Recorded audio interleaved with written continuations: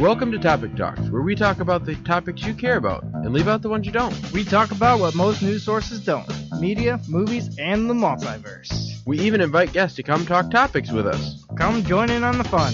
Let's get started. You know, soon I'm going to have to take Mark out of that because he's never here anymore. I would love to say, there we go. Sorry, my bad. I was about to say, like, yeah, Mark needs to go. Mark needs to get here. Mark needs to get here. He needs to get a more reliable car. Yeah. Because I texted him today, he's like, oh yeah, I'll be able to make it next week. And then I texted him last night, and he responded today with, no. My car's in the shop, ... I go, well, either, I'm like, I'm leaving work right now, I could pick you up. Nah. And I'm like, or you could text Lucas, and if you're very nice, he might pick you up, because he's right in the same area that you are. Nah. And he didn't do that. He's like, nah, my mom needs my help anyway. I'm like, oh, fuck it. So. Oh, well, there goes the PG rating for the day. Right. I didn't do it. Check that little box. Okay. Woo. Thank you, Spreaker. Out of my system now. I can't stop laughing. I'm just imagining Mark going, I can't go today. My car's in the shop. What happened? No, he probably woke up and goes, what excuse can I give Aaron today? I already used to work. My car's broke. Got it. Again. Car's broke. Send. What And then I give him a solution. He's like, shit. I didn't think of the solutions. He just come back with them so fast. How did I?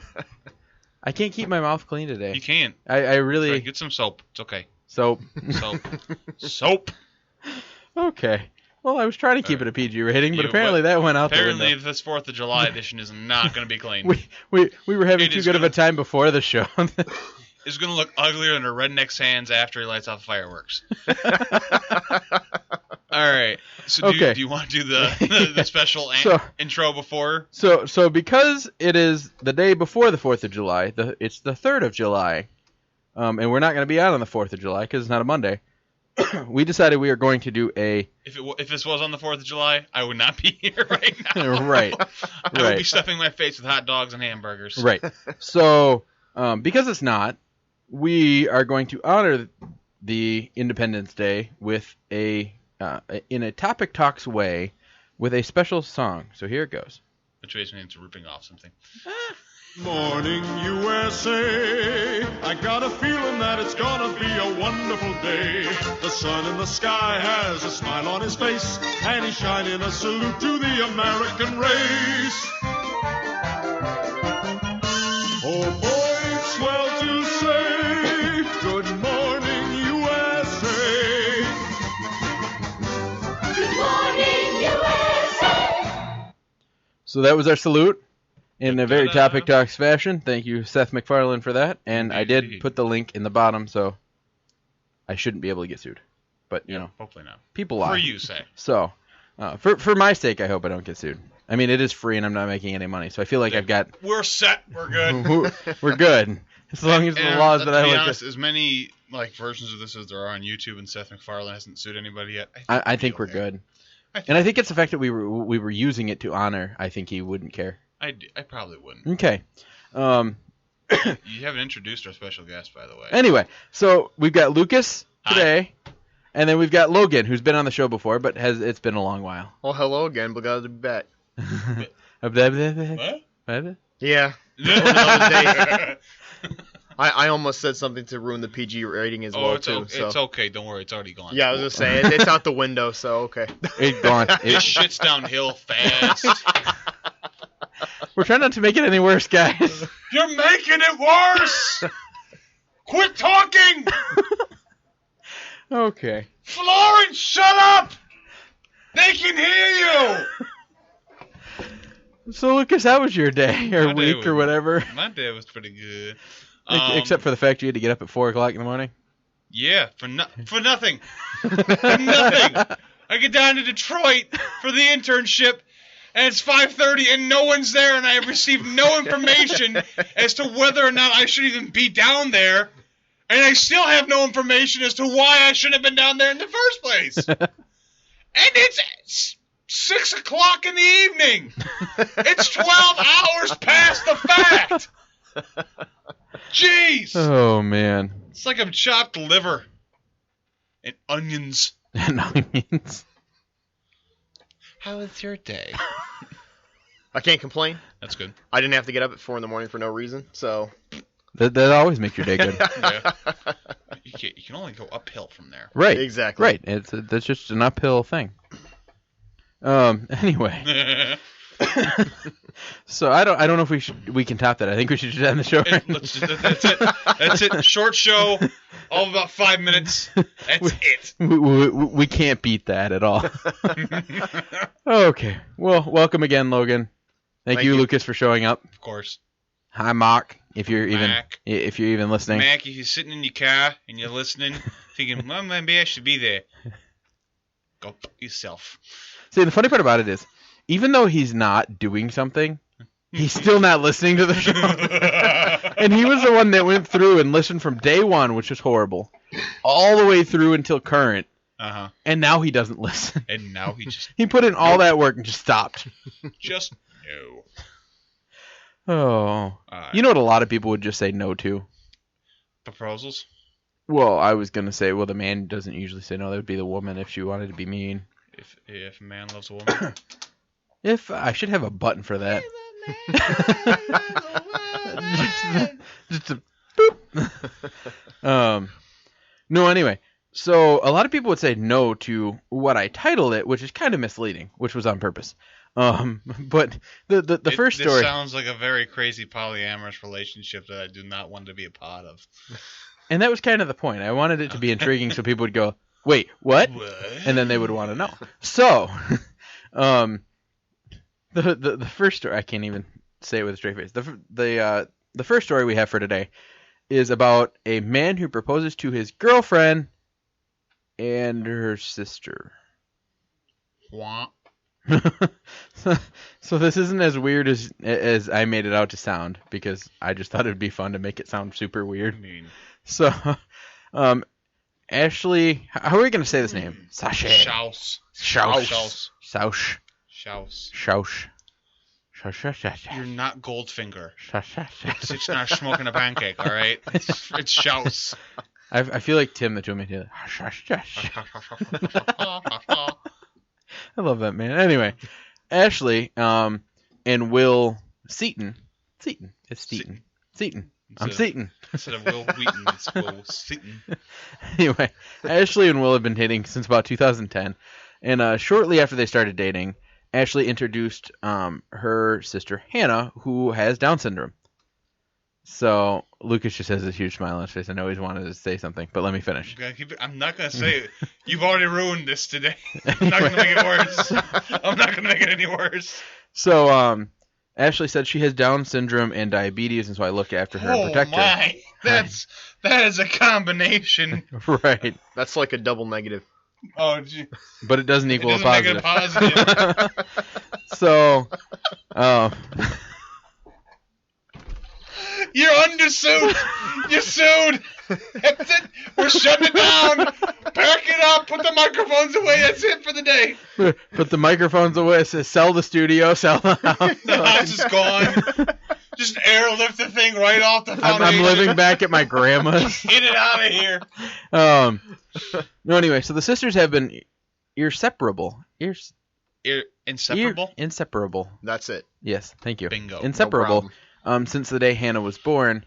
And they've done everything from running errands to school visits to sleepovers. Mm-hmm. And I guess they do just about everything together. And Ashley said that Hannah and I share a very special bond. We built our home close to Hannah so that we can spend a lot of time with her while still having our own privacy. The sisters have been... Did I? Okay. I think you might have reposted. I think I did. Anyway, yeah, I did. Because there's the same quote that I just read. Mm-hmm. Anyway, so, my bad. I need like a womp, womp, womp, womp. Womp, womp. So when it came to the very special day, when it came to the special day, Will thought he would make it extra special. And after he proposed to Ashley, which, by the way, was in a field of wildflowers. Yep. Um, I'm looking at the picture. Oh, Are they you? have all the pictures. they have all the They have pictures. all the pictures. They have all the pictures. So when it came to that day, he made it special, and Ashley said, because I wanted to read this because it made it sound better. She said, before you knew it, he was down on one knee asking her, Hannah, to be his best friend forever. She also said that it was the sweetest moment in her whole life, watching Hannah be so happy and feel so special. We may not know what the future holds for Hannah, and I hope someday that she finds a sweet boy, but for now, I'm thankful that she got to enjoy a moment that every girl dreams about. Will and Ashley will tie the knot about October 7th in Rockport, Indiana, with Hannah right by their side. Now, I'm not done. She's more than just a bridesmaid, too. She's practically one of, like, another She's part another to the part wedding. of this wedding. So Hannah is going to be the best sister, is her title. And according to Ashley, she will share vows with Will during the wedding ceremony. And I quote, she said, they will make promises to each other to always care for one another, share secrets, make jokes, go fishing, as that is one of their favorite things to do together. Will and I will share our vows, and we will all walk out down the aisle together. That sounds really weird. So, and then Hannah will also have have a dance for like the best friend dance instead of like the first dance. It'd be the best friend dance. She will be a part of everything when it comes to the wedding. When Hannah was born, and they told me I had a sister, I would have never thought that I would have shared my wedding day, my engagement, and my whole life with her. But now under all the circumstances, I wouldn't have it any other way. She also said that Hannah was right by my side. I want Hannah right by my side throughout everything.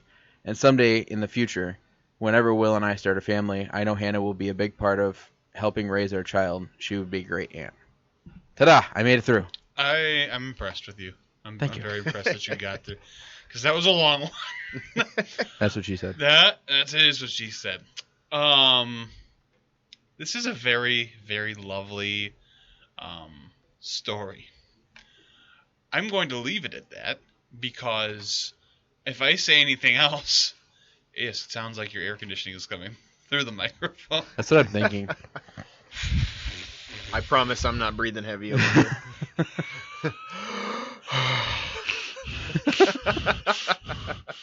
That story got me so happy.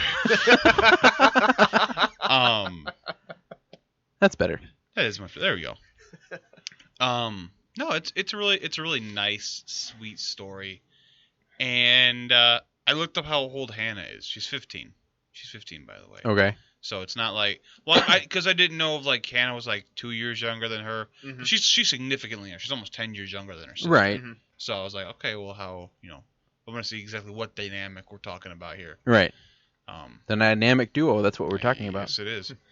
But yeah, that is one combination right there of incurable diseases.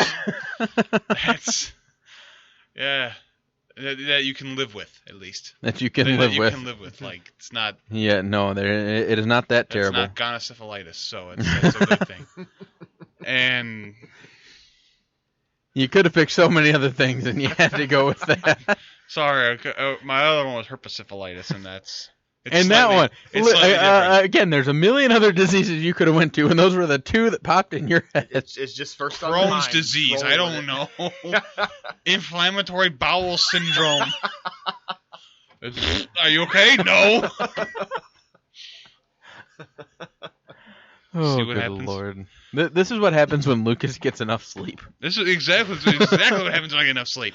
Our show gets better when Lucas, you need to go to bed. More. I'm going to require you to get home or get here an hour before the show and take a nap. Take a nap on the couch. The couch that is infested with feline dander that I will end up dying on Not because that couch. I can't breathe. Which couch? The one upstairs. Oh, so your Yorkies can bite me to death. Great. No, the one in the living room where the dogs aren't allowed and the cat's never in. That's a good place to sleep. If not the couch, I know I'm infested with feline dander, so Oh my. that could be. I was well. gonna say he has 2 cats.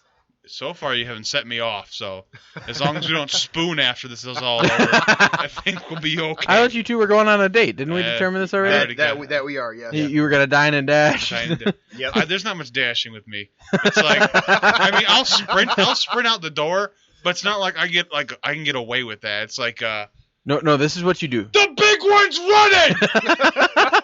running! Someone be in the back of the kitchen going, which one? Are you kidding me? He's wiring the freaking door! He's hard to miss! His fat ass is getting into a Malibu! I don't know how the hell that happens! But you can clearly see which one it is! At least it's not a bug. That's true. I actually, one of my friends who's, I think he's about 6'8" now. He has a VW bug. Does he How? really? He fits how is in that it. physically possible? The amount of roof space in a VW bug is actually insane. Wow. It is insane. Like, you wouldn't think it is, but when you sit the seat down, there's like, I'm like, oh my gosh. So you know there's those. not a lot of like horizontal room. There's a lot of vertical room. So you know the Fiats.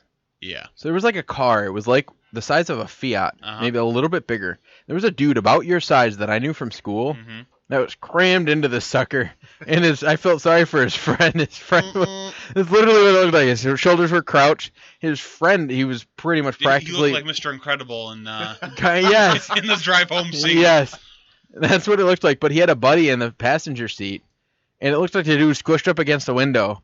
And then he had a guy in the back that was standing out of the sunroof. Just I can only imagine. And I know for a fact this dude had like a huge SUV because I've seen him in school. Yeah. And so I look over and I see this big dude and he looks over and waves and then looks back. I And can he's only imagine laughing and I drive away. He's looking at his friend who's against. So, are you okay?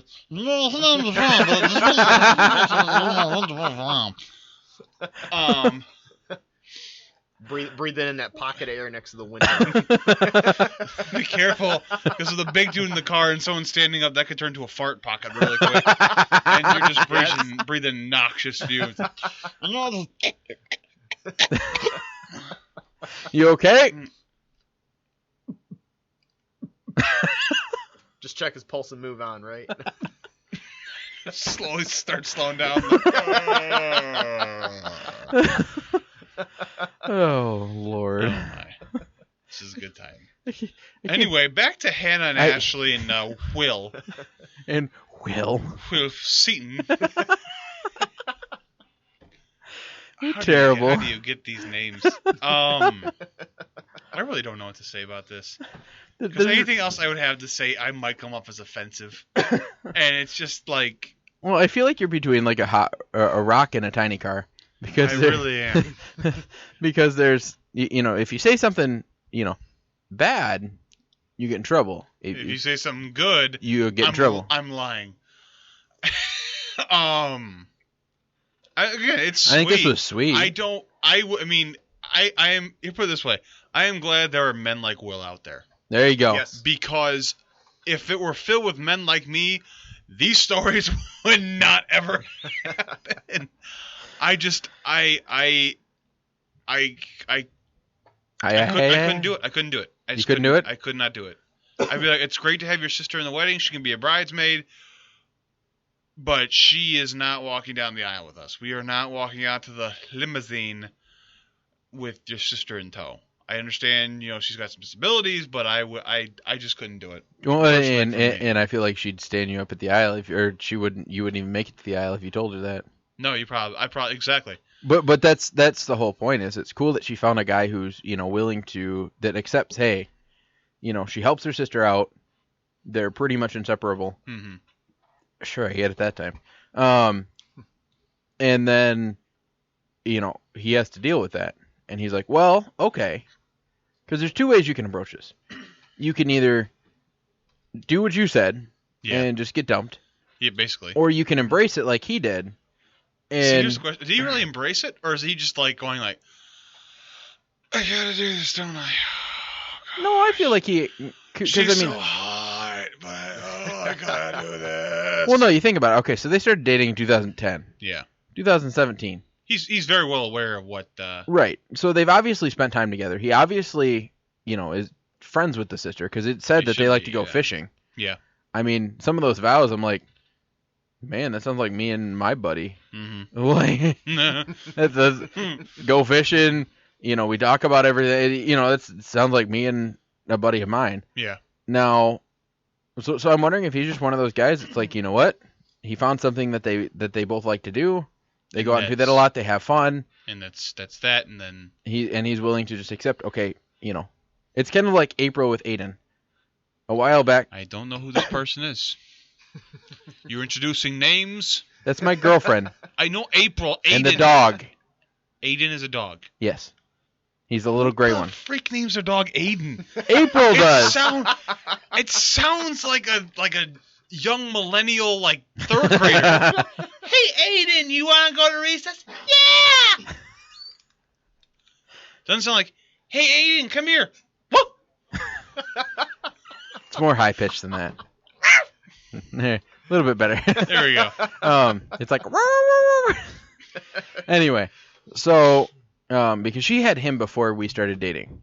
Yeah. And if you knew me before we started dating, Logan did, I used to trash little dogs. I would say if I can kick it over a fence, it is not a dog. I still agree with that sentiment. Yes, me as well. I still do, but it's kind of you kind of can't. Right.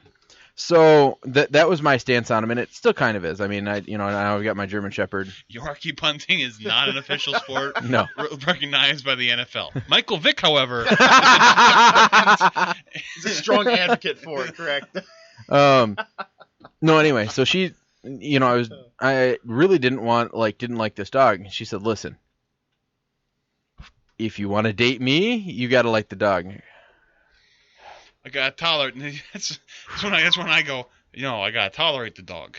I like you. I'll tolerate the dog. So I like the dog, and we got another one, and then we got Charlie, who is bigger than both of the Yorkies combined. Well, yeah, if Charlie wasn't bigger than both of the Yorkies combined, that's a very small German Shepherd or two very large Yorkies. That's like... Hey, I've seen a German Shepherd that's about half Charlie's size. That's like two young... That's like two, like child midgets standing on top of each other going, see, we're taller than you, Luke. I'd be like, you're not midgets then. You're not. No, anyway, so it was that ultimatum. We're gonna get in trouble for that one too. It was that ultimatum, and I'm like, okay, So then I did, and now well, where we're at: 2 Yorkies and a German Shepherd, and here we are. There's a dog that you don't like. There's 2 dogs that you don't like, and there's a dog that she doesn't like. Well, one of them is one of the Yorkies is technically mine.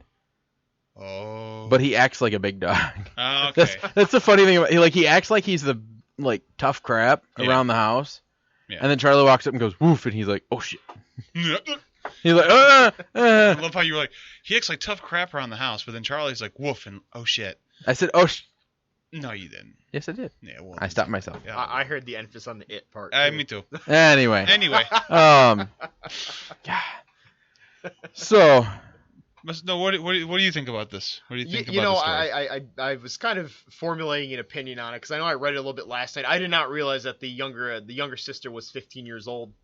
Because I know my initial thing was kind of the joke, like, oh, why would one man want 2 women? One's expensive and enough trouble as it is, but and then add everything else together, and it's like, hello. But no, I'd say, in my sister's, my girlfriend's family, I know she has a cousin as well who also has Down syndrome, and I know, as far as in their family, he's it's a lot of work.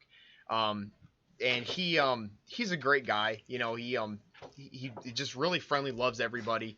But it's just the fact that kind of being accepting of someone like that into your family's life. That's really great. Especially them being his in-laws. All the jokes go. People don't love their in-laws and hate their in-laws and stuff like that.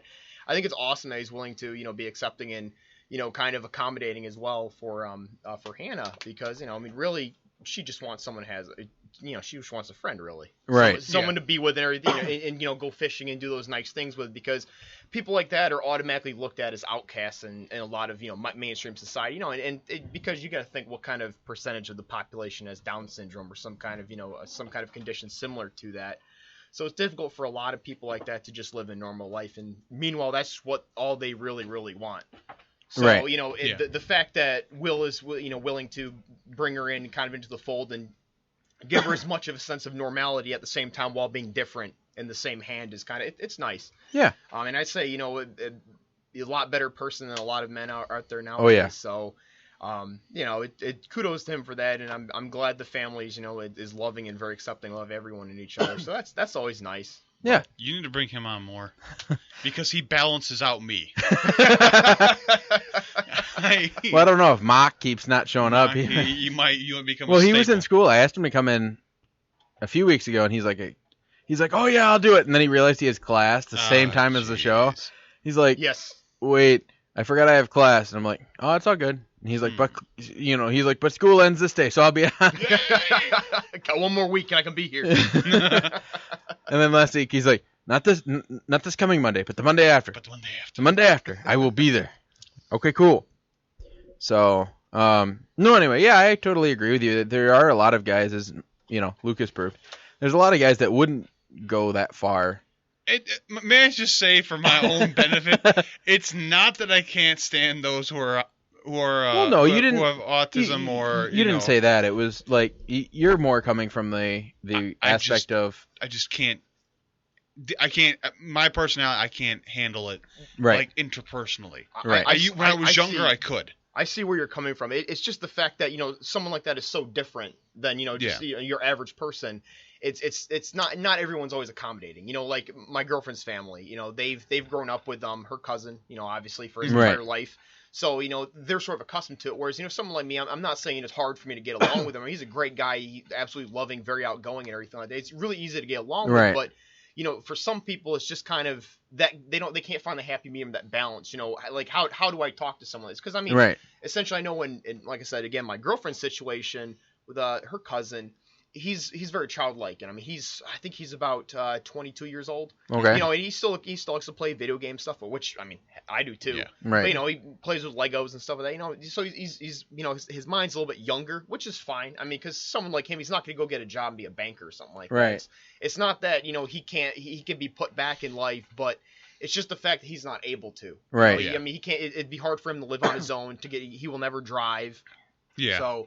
It's just people like that are automatically set back from kind of the normality, if you will, as the rest of society. So it's difficult for them to kind of become, come into the fold, if you will, and be accepted by other people. So when you have someone who's willing to do that, that's just incredible. That shows an immense amount of integrity and just, kind of I don't really know the word. Intestinal fortitude. that could go for that.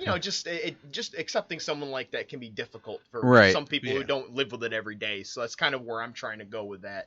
Yeah. So good for Will. I say he's definitely a good man, and Ashley's found a good guy. It sounds like. That's I don't think I could have said it better myself. Told you, balance.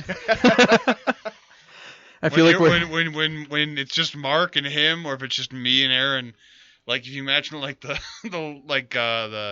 Statue of Justice outside the Supreme Court, it's just like one way. It's like, oh, it's Luke. There it is. So I thought this was a cool story, mostly because you pretty much said that there's not a lot of guys out here that would do something like this. Right. It's also kind of like the uncles that you've heard about where their nieces have wanted to go to the movies in a dress but were afraid to. So the uncle would put on like a princess dress and went to the movies. Have you seen those? See, I couldn't do that. Well, let's okay. Hang on a sec. Hang on. Now, it depends on what dress. Because I am a summer and winter is not my color. And if I try to go into a winter dress, like I couldn't do Frozen. Could not do those ice blues. It does not make my hips Well, no, pop. but I was going to say, but that wasn't the point. The My point eyes was look fierce as hell. But you can wear cannot. whatever color you want to wear. Okay, I'm good. No, but I mean... I look more like a drag queen, to be perfectly honest. I'm bald and have a beard. I look more like a drag queen than I would a Disney princess. Who's that princess? Go home to your mother, sweetheart. No, but I mean, it's those cool uncles that, do that because they want their nieces to realize, like, nobody. It doesn't matter what you look like, It just matters what your personality is. Yeah. And so, like, I've seen so many, uncles that'll dress up like that, and they'll, just to make their nieces feel good. Mm-hmm. And like the dad we talked about a little while ago, who wanted to have a relationship with his daughter, so he would dress up in random costumes. Oh yeah. And if she played with her phone, he would get out of the car. Yep, and walk her to school. And walk her into the building in some outrageous costume. I feel like he was a Chippendale dancer at one point. Might have been. So, what's going on? Where's the It's got a low battery. Oh, Yeah, there's the little it's on the side. It should be plugged in. Is there a little white light on it? I'm not seeing it. There is no white light. There's a magnet here Which magnet? on that side, To the right. right there. That thing sticking with the cord that's coming off the. Did you plug it into the right place? I did. There we go. Okay. Yeah. No. See, I told you it was there. Okay.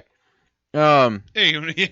Anyway, this interruption was brought to you by Microsoft, the new Windows Surface. Slightly more confusing than the one before, but twice as powerful. So it makes up for it. Until it dies. Until it dies. No, anyway, so I like when, there's aunts, uncles, fathers, mothers that do stuff like this. I think that's one thing I like about being either an aunt or an uncle, is that there's some things you can do as an aunt or an uncle that you can't do as a mom and dad. Yeah. Yes. Oh yeah. Like there's weird stuff you can do as an aunt and an uncle, and your like niece and nephew wouldn't be embarrassed. Like if their mom and dad did. Like if the little girl had like that, like little girls go into the movies in dresses and they're afraid to go in dresses, and the uncle goes. Imagine you're like, Dad, I want to go to the. Would you go and dress with me? Or like I want to go in a dress. Well, you're like, well, honey, I'll go with a dress with you. No. No. What if Uncle Charlie does it? Yay! Yep. No, but it really is a double standard. Like being an uncle myself, there's things that I can get away with. Like I'll be shopping for that's not double standard. for my two nephews. Yeah. I'll be sitting there and I'll be like, I shouldn't get screw it. Just like I shouldn't get it for him, but I went and I bought some toy cars for him. Yeah. And naturally, because my girlfriend comes from a family where usually to keep the kids occupied, whatever presents they get around Christmas or on birthdays or whatever, they get to open and play with them because that keeps the kids distracted. And the adults can talk and hang out and do whatever. Mm-hmm. And my family's not really like that because the kids will get distracted and not finish opening up their presents, or they'll start not listening. So like we brought batteries, and my brother-in-law was like, no, hide those. And I'm like, why am I hiding them? Like, why is this a thing? Because originally I'm like, nah, I probably shouldn't bring batteries. You're not gonna let them play with them. And I'm like, I'll do it anyway. There's been quite a few things that I've told my sister, because my sister expects me to be like that. Like there was one day before dinner, when my sister was in town with my niece and my nephew that live in North Carolina. Yep. And I had my actual cousin B with us. Her name's Elizabeth. We call her B. Yeah. And so her and I conspired with each other and and took the kids out for ice cream down to the little corner store like our grandpa used to do to us. Yeah. And it was before dinner, and I said, Terry, we're stealing the kids. She said, for what? I said, don't ask. Now, well, kids, no, when we get to the shop, make sure you eat it fast. I don't care if you have a brain freeze. Your mother will kill me. Well, no, I told her, I said, I'm taking your kids out for ice cream. She goes, okay. Because she expects me to do stuff like that. Yeah. Like, I'm the uncle. She's like, whatever. Yeah. She's like, I just can't do it. She's like, so I took him in, and I played it off like, hey, you need to eat that before we get back. Just like you said, you need to eat that before you get back, or because your mom doesn't know. So I made it fun for them, even though my sister obviously did know that. Are you still having problems over there? It's yes. Okay. Anyway, so that's how it works, and even though my sister knew about it, it made it just made it more fun for the kids. Mm-hmm. And so when they're in town, I'll do little things like that that'll, that'll kind of spoil them because it's like, well, It's just what uncles and aunts do. right. It's the thing. It's one of those things. So, But yeah. you know what else is one of those things? Herpesphilitis? No. Oh. Really? It is. You asked. If you don't want me to give you a dumb answer, don't ask me a dumb question. You should have foreseen that coming. Yes. Okay. That's on you. Pretend you're Pokemon and use foresight. Understand what's going on. Do you remember the scale thing? Yeah. I feel like it tipped again. It tipped again. You're supposed to be the balance. There was no balance on that. See, I just say more stuff, but then he comes in with like the hard truth, and it's just like, oh, and then it balances out that out. Just Anyway. calling it like I see it. Exactly. I do too, but there's a difference. You know who else called it like she saw it? Ellen. Ellen. I love Ellen. She's so crazy. She is. So by the way, if you're wondering why the title of this week's episode is this week's episode, this is because the story is why. Well, and we should elaborate a little bit. Yes. So I gave Lucas a little bit of slack, and I let him choose the titles for every episode. Yay. Because I'm like, you know what? Instead of just naming them the episode number, I'm like, I think we should start putting titles in. So now we put the titles in. Lucas picks them every week, and he thought this was fitting because of this story. So Ellen, on one show, she kind of caught a thief. Yeah, she did. I mean, I don't know if I would call it a thief. It was a thief. I would say somebody that was greedy. It was a thief, though. Right. Didn't belong to her. Right. Initially. Yeah. There were simple, basic instructions, and she refused to follow the simple, basic instructions. So what we're talking about is Ellen set up a table to commemorate her 14th season. The start of her 14th season. Yeah, the start of her 14th season. And when I was reading the article, it turns out that this particular thing happened a little while ago. Yeah. And it just kind of popped back up again. Or it popped up recently that it happened or something. Mm-hmm. I'm trying to remember. Because there was some weirdly worded thing at the bottom that said this has been edited to blah, blah, blah, blah, blah, blah, to, note that it happened a few years ago or something like that. Mm.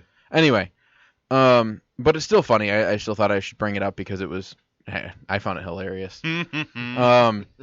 So what she did, Ellen, to commemorate her 14th season, she set up a table with some merchandise from, it's probably a bug. It's okay. Okay.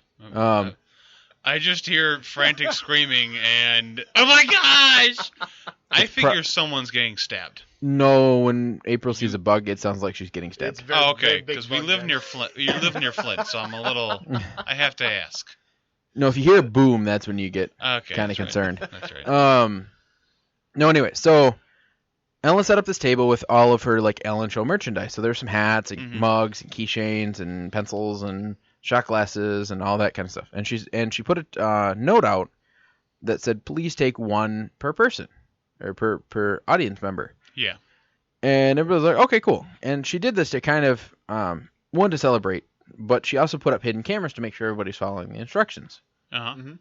And so there's this whole video about it because, during the show, we'll speed it up a little bit. During the show, she said, "Oh, when I went into this thing, I wanted to make it like a It was relationship." like an honesty test. Yeah, it was an honesty test. She said she wanted to make the show like a relationship, and she made a joke about, one thing that makes a relationship work, and she said separate thermostats, and then she said, and trust. And so she said, actually, all of you were pretty trustworthy. And then she gave an example, and she showed a video of two girls who were looking at the stuff at the table, and the one girl had grabbed a shirt. She's like, "Oh, I'm gonna get this." She looked at the hat, and she put it on, and she's like, "I'll buy it. How much is that?" "Oh, that's not too bad." And she put the hat back and just took the T-shirt. Yeah. Mm-hmm. And so because she did that and respected the fact that Ellen just wanted her to bring, she was tempted to, but she didn't. Mm-hmm. Ellen gave her the hat anyway for free. Ellen. So, because that's what Ellen does. Because she's Ellen. Now, there were two girls that, and I mean, both of them did it, but only one of them got called out on it. And I think it's because she started it. Yeah, it could be. And she took quite a bit of stuff. Right. It wasn't just like... Yeah, she was shoveling things into her purse. Right. Yeah, basically. Like, what are you doing? There was this other girl that took a shirt, a hat, or a shirt, and a mug, and I think a shot glass. She took quite a few. She took a few things. She took a few things off the table. and then And her friend's like, "Did you take more than one?" She's like, "Be Yeah, quiet. Let's go." Shut up, let's go. Come on. Right. So then she walked away. And Ellen saw her in the audience, just like, "Hey." And then she played another clip, and she's like, and then she wasn't done because she came back and returned one of the stolen items. And then took a hat. another one. So she like returned the mug and took a hat.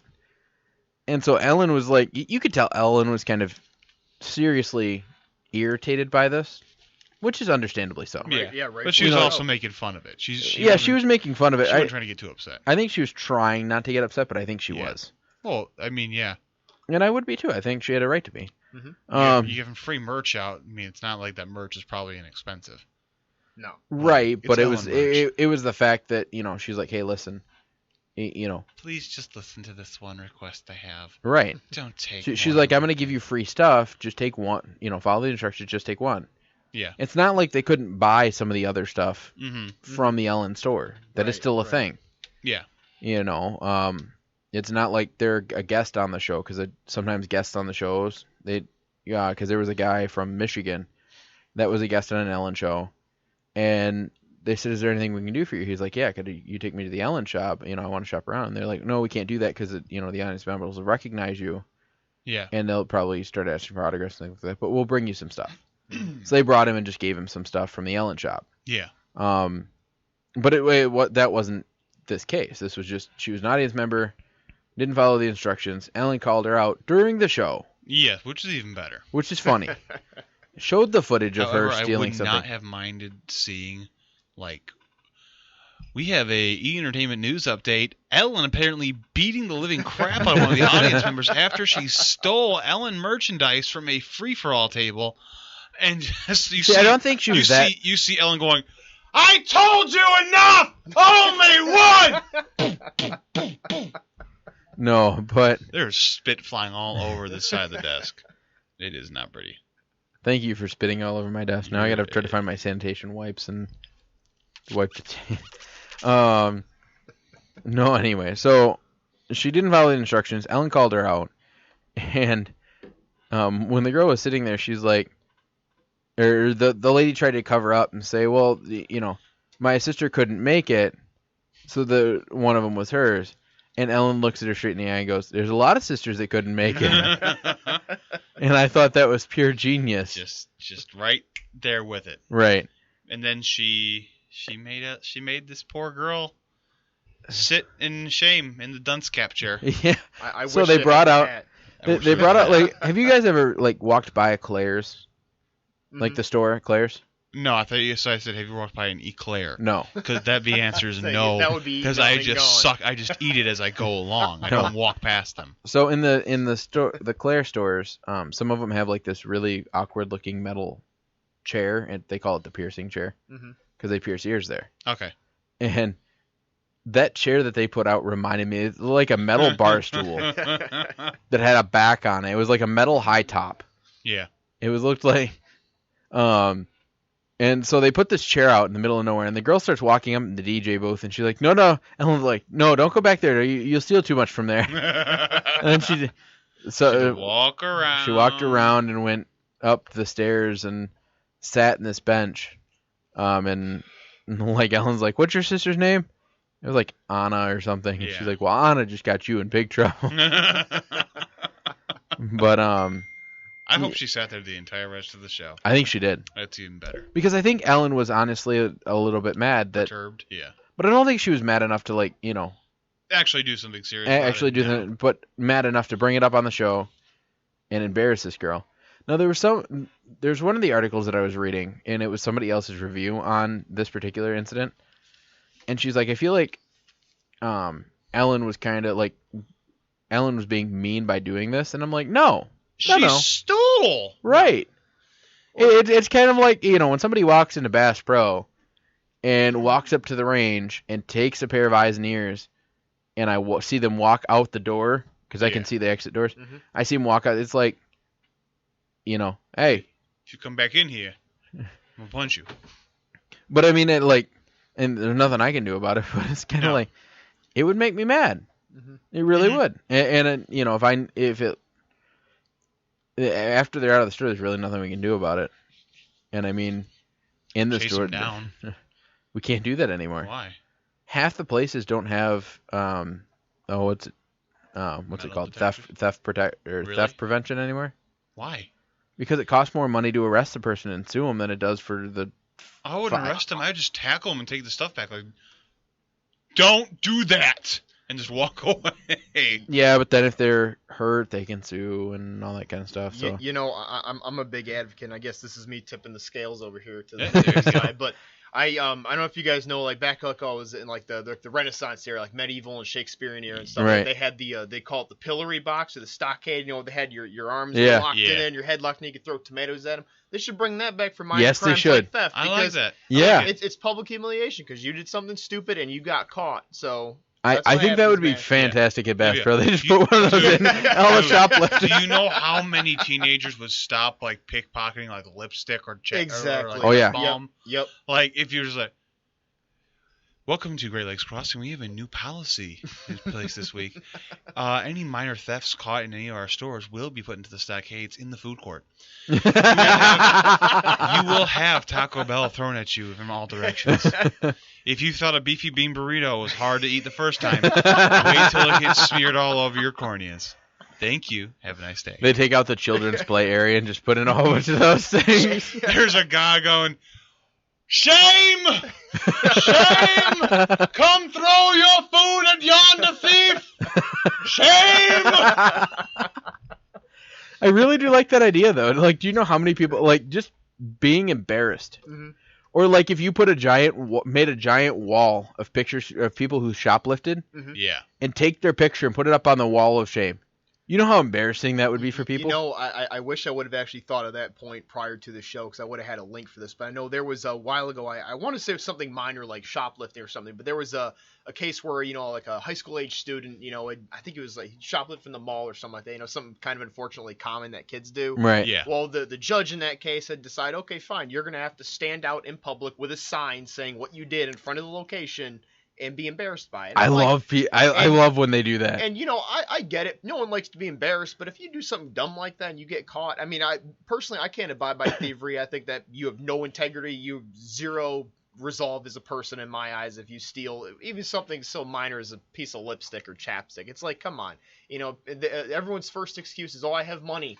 Then why didn't you just buy it? Just buy the thing. Exactly. Just pay for it. If you can't afford it now, I do this all the time. When I go to the mall, I'll look around and be like, okay, that looks cool. I'm going to have to go wait till my next check comes, and I know what I'm spending on next time around. That's what I do at Amazon. I mean- It's like, yeah, no, but I love, my grandma brought this up a little while ago because we were talking about how, you know, there's parents, like in my high school especially, there's parents who will go and fight for what the student did. And then there's other parents who will just accept it, take the kid home and make them paint a fence or paint the house or do something that's really monotonous. Sure. That is a punishment for the kid. And she's like, which one do you think is going to come out on top? Mhm. It's going to be the kid who went home and painted the fence. For sure. You know, the kid who's getting fought for is just going to keep doing it. Yeah.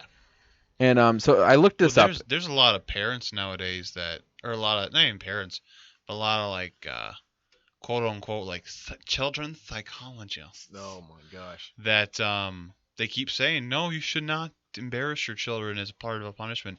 Embarrassment will do nothing but destroy their psyche. And I'm like, that's what the punishment's supposed to do! It's supposed to break them down! Incentivize them to not do it again. This is not... This is not a daycare! This is boot camp! Drop down and give me 20! So I looked up, because you brought this up, Logan. Mhm. I looked up, you know, parents force kids to hold sign on Google. Mhm. And of course BuzzFeed popped up. Of course. And it said 17 people forced to hold signs as punishment. And the first one is this black lady with big sunglasses on and like all black. Mm-hmm. And I'm like, that looks about right. And she's holding a sign and it said only an idiot would drive on the sidewalk to avoid a school bus.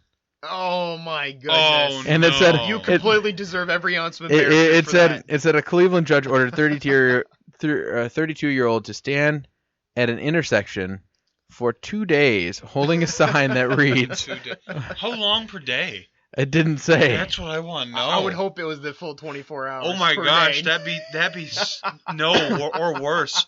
Like you have to stand out there for 4 hours, 6 days in a row. Oh yeah, there you go. Okay, so here's another one. This is 14-year-old Jasmine's parents made her stand near her Florida home bearing an embarrassing like plea card. It says Jasmine. It has her last name. Yeah. Jasmine. I sneak boys in at 3 a.m. and disrespect my parents and grandparents. Oh my. And you see a parent on each side, and then the Oh my kid goodness. standing behind the sign with their hands over her face. Oh my goodness. That's And I'm beautiful. like, this is fantastic. I'm just trying to scroll through. That's number one. Don't ever sneak a person into your house. Like, that's a bad idea. Unless you're like over the age of like 18, Right. you know, and right. you've become an adult, and your parents are like, hey, I don't know what you're gonna be doing. Just be safe. But don't be that teenager. Ooh, here's another good one. So it's a picture of a girl holding a sign, and it looks like it was posted on Facebook, and it says, "Since I want to post photos of me holding liquor, I am obviously not ready for social media, and will be taking a hiatus until I learn what I should and should not post. Bye bye," Oh. with a sad face. Oh my goodness. But this is fantastic. There was here's what. Because I guess I agree because that was one of the things that they harped on when we were in school at Specs. Like, don't make sure you don't take pictures of you with like crazy amounts of open alcohol, or don't make sure you don't have any pictures of you Right. with illicit drugs around. And there's a chick that was in my class. Like we've all followed each other on Instagram. I stopped following half of them because like I don't like you people. Right. But every single post or every other post was her holding like a dime bag of nugs. Just like I'm like, it's week 2. They just told us not to do that. No, but Idiots. so and then here's one that's kind of what we're talking about. It says, "I am a thief and stole from Walmart." And it said an Alabama judge required 2 shoplifters to wear incriminating signs outside Walmart on a busy Saturday if they wanted to avoid jail time. Smoke pot. There's another one that says smoke pot got caught. I can't really read. Something I hook. I don't know. I can hardly read this one. Maybe it was stone. I lied to my dad. There's the dad standing cross-armed. And then the girl's leaning up against the Jeep and holding a sign that's spray painted and says, "I lied to my dad." Let's see. I love this. I think this is one of my favorite. Oh, there's a lady sitting in a chair holding a sign that says, "I stole from a 9-year-old on her birthday. Don't steal her. This could happen to you." Oh Ooh. my goodness. gosh. I was caught stealing gas. Really? How do you get caught stealing gas? He looks pretty happy about it too. That's a woman. That's a woman. Oh gosh. Did you find the link that I'm? Yeah. Okay. Hang on a sec. Oh wow. Okay. Number 10. Errol Foston, 12, told his teacher that he didn't give up and got suspended for 3 days. His mom decided to make it even worse.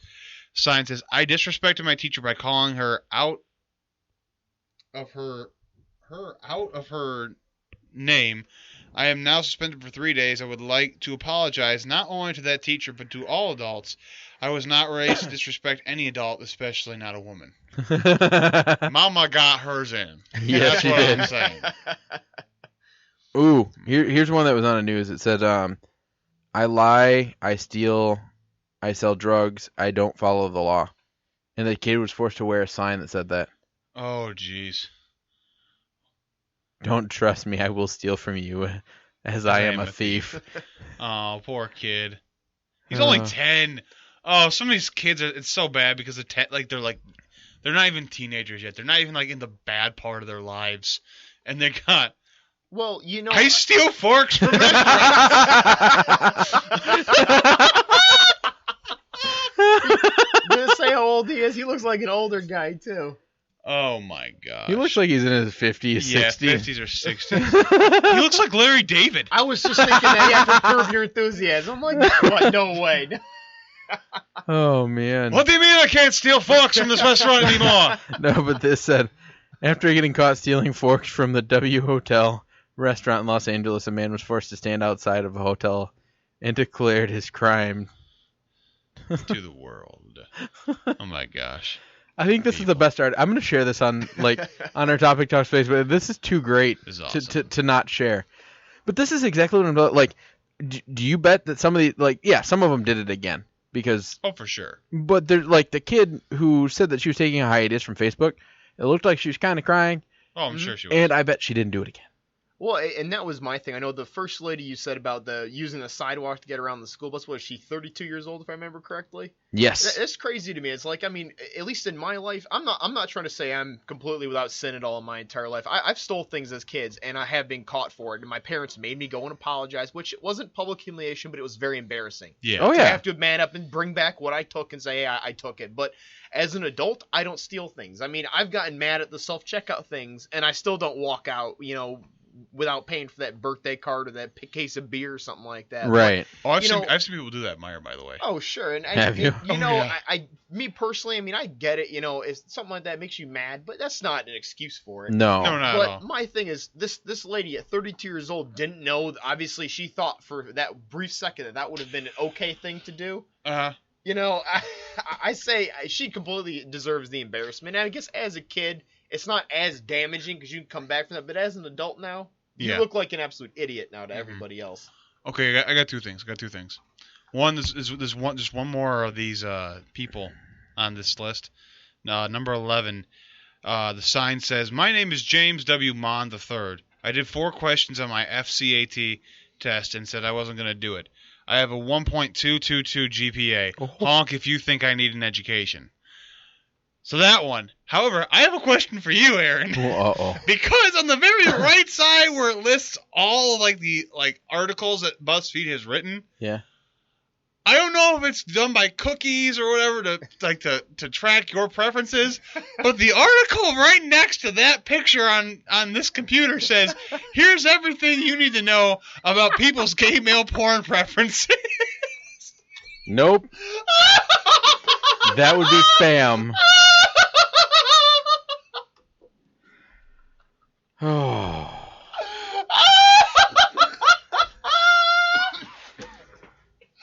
Logan's Logan not just gonna lied. That is what you call spam from BuzzFeed. Oh my gosh, I'm clicking on it though. Why are you clicking on it? Because I kind of...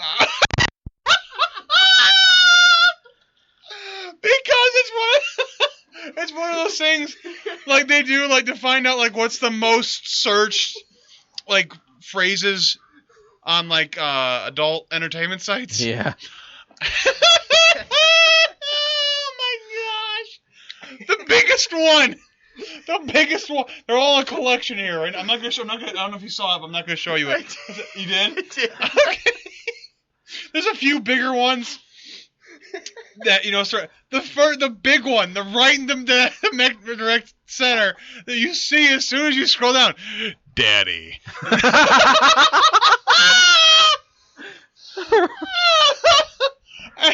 I love the start of this article too, because the guy is just the premise. The premise of this article is this: LGBT Pride Month has just ended. Although we should be proud of every moment or day of the year, and X Hamster has released the most popular porn searches for June. I'm like, Who writes this stuff? It's BuzzFeed. What do you think? Right.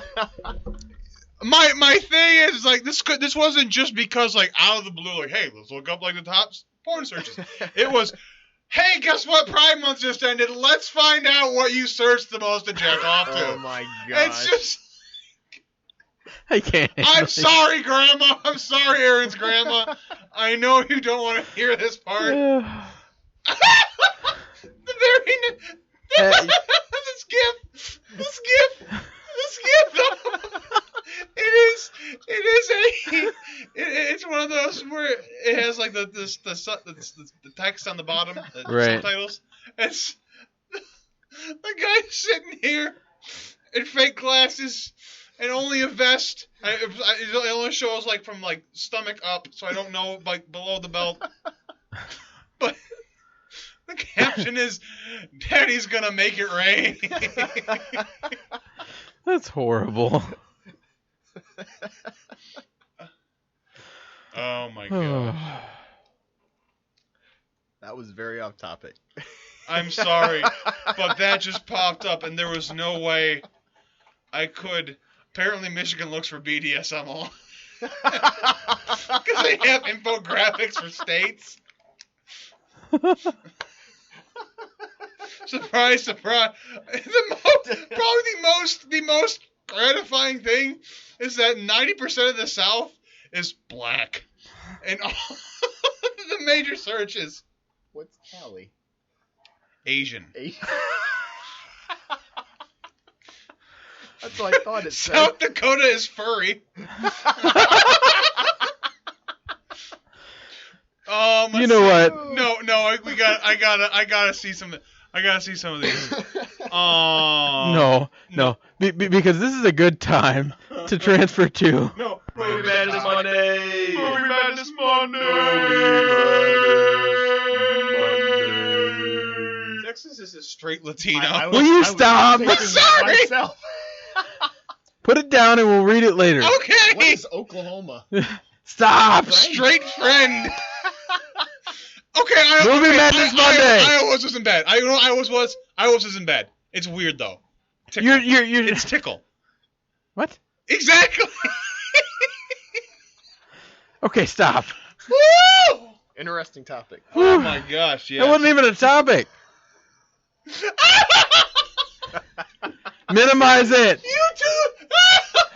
Utah's is Mormon.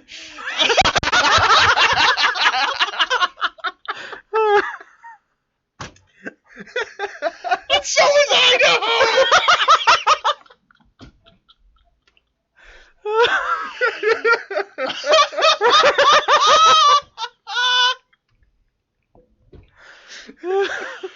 Oh my gosh.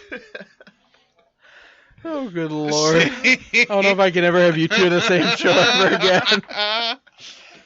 He had nothing to do with this. It was all me. I was at the mercy of having to look over and see his screen, so... He was caught in the crossfire. Oh, Much man. like the Asians in California.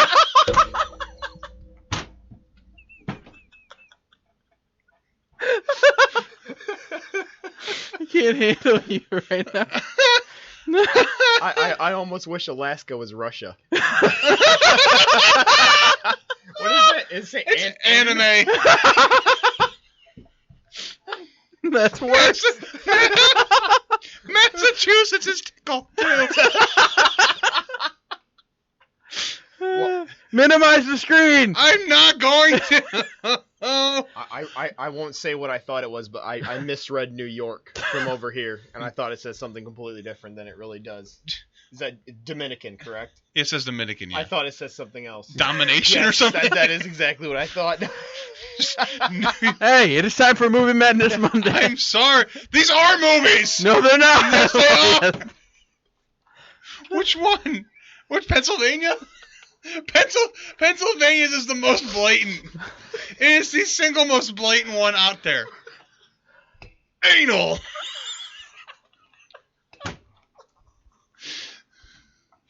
Same with Okay. I think it's in New Hampshire, just gay. It's okay. It must be time to end the show before Movie Madness Monday. I'm even sorry. Let's Minimize go. the screen. I did. I'm back on the topic it's talk all stuff. it's all gone. It's all We've gone. had like a gosh. 10-minute deviation.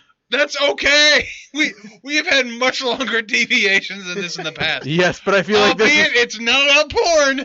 It's about something different usually, but it's still a deviation. Well, there you go. I gotta go back and Anyway. check, adult content for this one. It's not my fault your cookies put you on what people like most about their gay porn. That's not my fault. You're logged on to Topic Talks, right? Yeah. You're the only one that uses that one. You're the only one that uses that login. I have learned a lot today. Oh my gosh. That's hilarious. Oh wow. Okay. Anyway, let's what about Stella? Well, What about Stella? now this makes it even funnier because the name of the show is The Life Sentence. I can't do this. Do you want me to do this? No, I can't. Okay. So, getting very sad, I guess. There's this new show that stars Lucy Hale, which was one of the members. One of the members of the show that just ended. I believe it just ended, at least, or it's going to end very soon. Pretty Little Liars, which was pretty fantastic. Have you guys even tried to see it? No, I can't say I have, no. It's actually it seems kind of like a girly show, but it's actually kind of a cool mystery. Okay. It goes into this one of their best friends. You know why it is? It's because it started off on ABC Family. And whenever it got dark though. Everything on Freeform is dark. Whenever I see the ABC Family stuff that starts in that, right? It's kind of like a less watered down version of Hallmark for me. Right. I don't want to see it because it's just. Well, this one was really different, and I think that they did this one in their knowing that they were going to transition into Freeform, because I guess after they switched to Freeform, everything on there got really dark, and depressing and weird, is what I heard. But this show was already, cause it was pretty much about this group of friends who one of their friends went missing, and they found her body. Apparently she did, and she was dead. And so the whole and the first episode takes place, and they're going to her funeral. They finally found her body after she went missing several years, and they kind of do flashbacks a lot about when the night she went missing and all that. And it shows that they found her body, and they went to the funeral, and her friends walk in, and they do the thing where everybody stops talking, and they just and everybody just looks back at her, looks back at the friends. And then after the funeral, they get a text pretty much blackmailing them. And then the tag on it was A. And they thought they were like, does that stand for Allison, who was the girl that died? So this whole series, they're trying to figure out who's manipulating them. Yeah. And so it's a huge manipulation game. So that's what makes it super interesting. And don't they turn on each other at some points too? They're like, I can't trust so and so. Well, no, at some points, because there's A blackmails them to do things against their friends. Oh. That's where it gets really cool. Is because they're pretty much doing things against their friends, so a secret that they have doesn't get out. Or one of their moms almost went to jail because they didn't do what A had said. And so this thing goes on for actually several seasons. I think it was a pretty long. It was, yeah. And I was actually all caught up, and then I met April, and she's like, "Oh, I watched it too. Let's watch it together." Oh no. Guess what never happened? You never watched it again. We never watched it again. So now I'm trying to catch up because it's on Netflix now. Okay. And now I'm just at this point I'm like, well, I'm gonna wait till it ends. All the seasons will be put on Netflix. But I don't want to wait too long because, as you know, Netflix will just take it off. But I was watching MacGyver the other day, and I watched it one day, went to watch it the next day, and it was gone. It's gone. Yeah. I'm like, seriously? I was in the middle of this freaking anyway. Netflix irritated me this week. A little bit. Anyway, so that's the show that she played in. Well, now she's kind of switching gears. And she's playing in this new show. This is on the CW this time. Which CW has some pretty decent shows. Has some decent shows. They brought back Whose Line Is It Anyway, which was really good. Yeah, they did that. And they got all the the DC ones that are supposed to be really good. Good for DC because we know you've been struggling. I'm glad to see you back on your feet. So, pretty much what this is about a girl named Stella who finds out that her terminal cancer that she'd been suffering with for 8 years had been cured. And she was going to have to learn to live with all these choices that she made while she was living like she was dying. So she thought she was, the end was near. She made all these radical choices to do all these, crazy things. And then she's told, hey, you're not dying. That's. And so then, in the preview, because I watched the preview for this thing, and it showed her and her boyfriend, it was her husband because they got married. Her and her husband, were fighting a lot, and he kind of went to a group therapy. He's like, now that she's not dying, it's like I don't exist. So it's kind of like they married because I want to be married before I die. And right. Right. Yeah. Now it's like I hate you so much. So now she's trying to live with all these. And then like she finds out her family has been hiding secrets from her for 8 years because they didn't want to make her sad. So how long Sure. did she have this cancer? I don't know. I said that she'd been like they'd found out 8 years before or something like that. So this sounds, because I really hope she has been fighting for 8 years. 'Cause that's a long fight. Yeah. But Oh, I'm assuming definitely. it's like a Well, it seemed like it's a like a habit or remission. it seemed habit, like remission. I think habit, that's what it was remission. because it like at one point it showed her with no hair and then she had hair by the time she was told like, hey, you're cured. It's gone. Yeah, it's gone. But like her mom reveals that her and her dad immediately, or her dad and her mom immediately like get divorced, and she finds out that her brother had been using her like playing the cancer card to sleep with women Oh, jeez. and selling his like Adderall, and like all these weird things come up. Okay, And so she- of all the ones, the Adderall is the least like worrisome of the entire group. Like, Right? No, I know. Mom and dad are divorced. Brother was using my cancer to make sure he could get with hot women, and he sells Adderall. That's like every single college freshman in the world. No, anyway, so she finds out all these things that have been happening that they haven't been telling her about because, the doctor had said, well, depression makes the disease a little bit worse. Yeah. So they were trying to make sure that she was happy. And now that she's not dying anymore, all these things are coming out that they've been hiding for 8 years. Happiness is the cure to everything.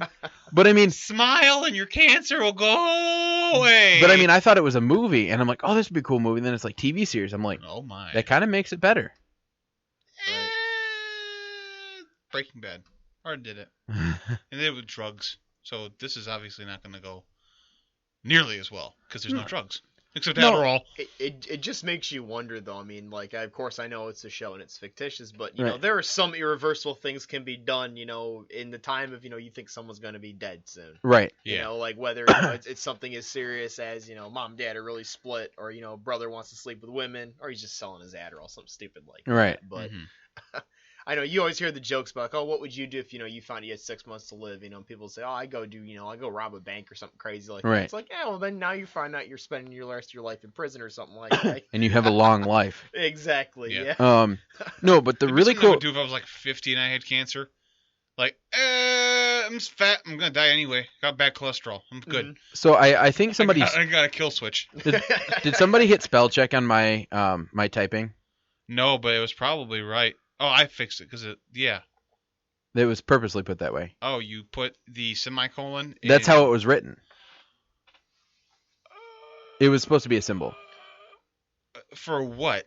Well, it was supposed to be the I, but Well, I got that. Well, it's that kind of part I like got, but it's it kind of was like April's tattoo. April has a tattoo that has a semicolon in it Okay. because how did she word it? Do you guys just not do grammar in this house, or is No. there- It was supposed to be how she didn't end her life like an author didn't end a sentence. Okay. It's kind of the whole. So but that's how literally when you look it up online, Mhm. that's how they have it. They have L semicolon FE, and it's supposed to be the I, and so I thought that was cool. That's why I included it, and then you fixed it. Okay, I thought you just had a massive spelling typo. No, that's why I left it there. Because spell check he was kept trying to change it, and I'm like, no, ignore it. The reason I was confused by that because the I and the semicolon, while close in proximity on the keyboard, are not right next to each other. So I was really confused as to how you messed that one. I didn't mess it up. You messed it up. Apparently, I am the one that's at fault here. Anyway. We're just the jerks that didn't get the I guess intense metaphor that was trying to be done. We didn't Anyway. quite get the joke. So, no, but I think this would be a cool, because yeah, Breaking Bad was a great series. Mhm. I wasn't really into Breaking Bad, so I feel like for somebody like me who wasn't really into that, like I just couldn't get into that show. I feel like didn't this. watch it either. I feel like this is one that I could get into a little bit more than that one. Mhm. Like, I mean, yeah, he's a criminal, and he does all these. What? I was gonna say, okay. this sounds like the Queen Latifah movie from like the early 2000s. She gets told she has cancer, and she has a crap job, she has a crap life, and she's like, See, the difference is though, hers was just a mixed up thing. This one, it actually showed her like going through the different stages. Like she lost her hair and she was in the hospital. sorry. I'm just saying. Anyway, Well, that's what I mean. It's just it's the same kind of thing. Like Right. There's irreversible things that have been done. Like in that movie, you're thinking like, oh my gosh, he's gonna die, and then all of a sudden you're like, oh hey, we read your test wrong. You actually just have like a bone spur. And, while painful is not cancer.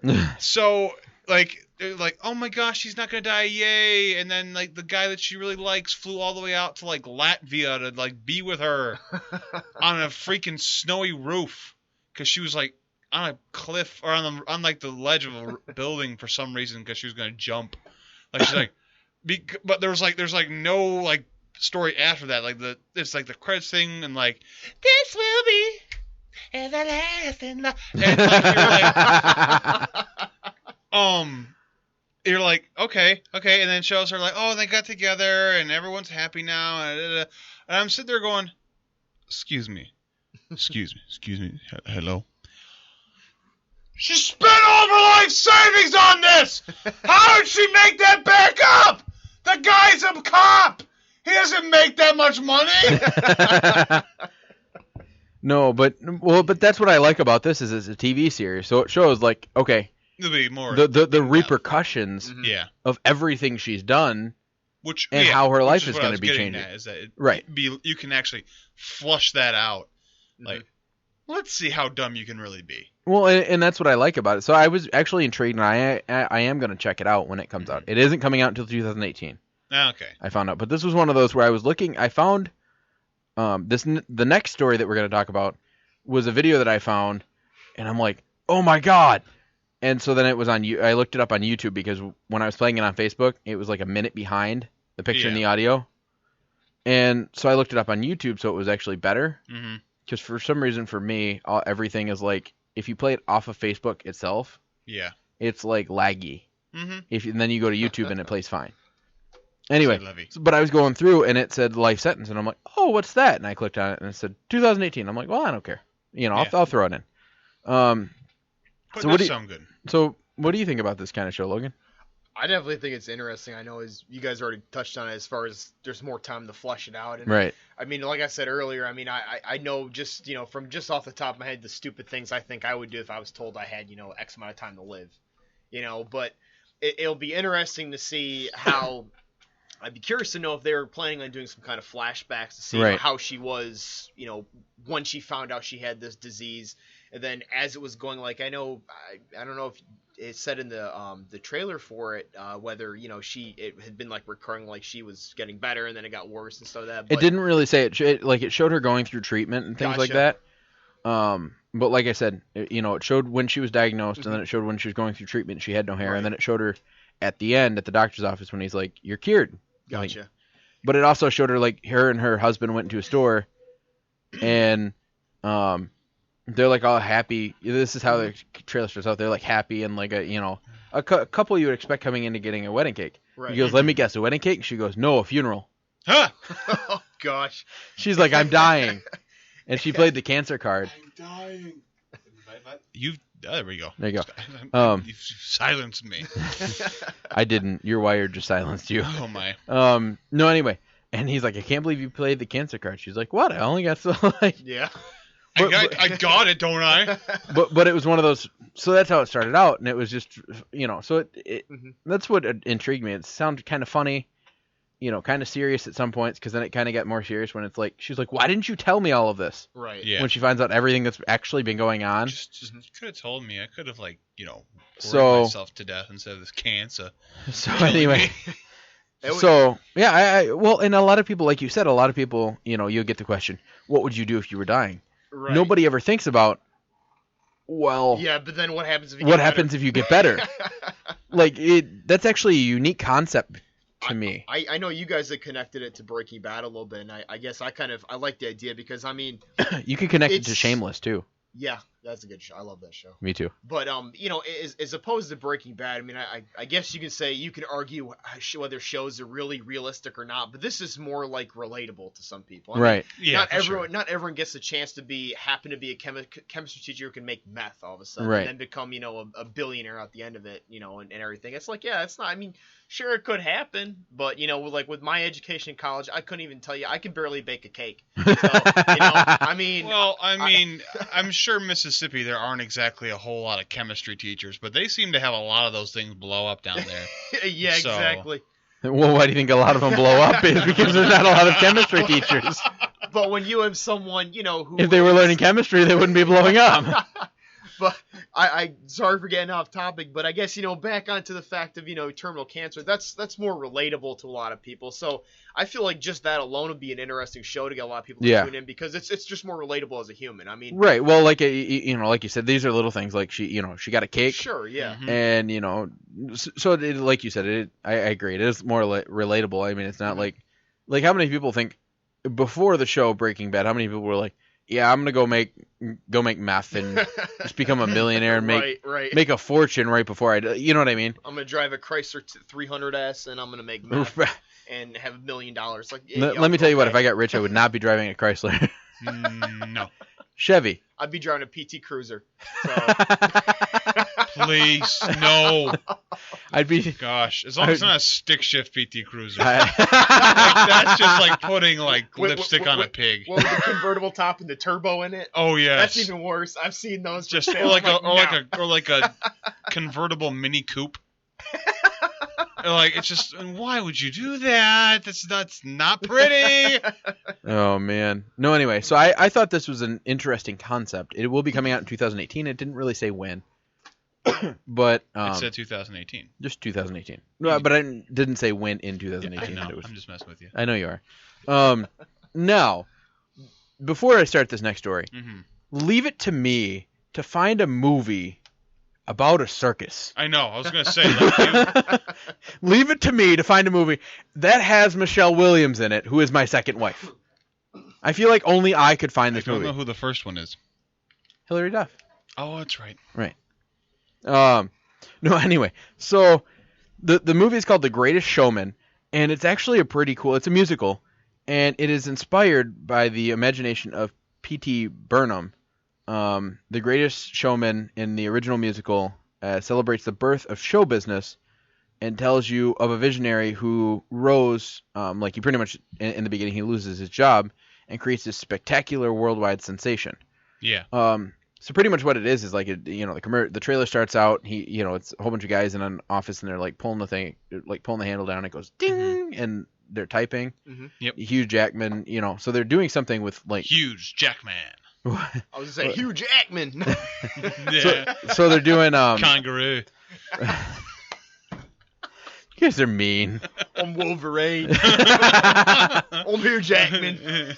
No, anyway, so he's like, they obviously work at a bank or some finance thing or whatever, and he's like, you guys are all pretty much fired, is what he said, and he's like, good luck with your next job, and he's like, what am I gonna do? He's like, this is not the life I promised you, and it shows him walking into a house where he's got like a bucket and there's water dripping into it, and then it shows him with his kids and my wife, and he's like, I got an idea.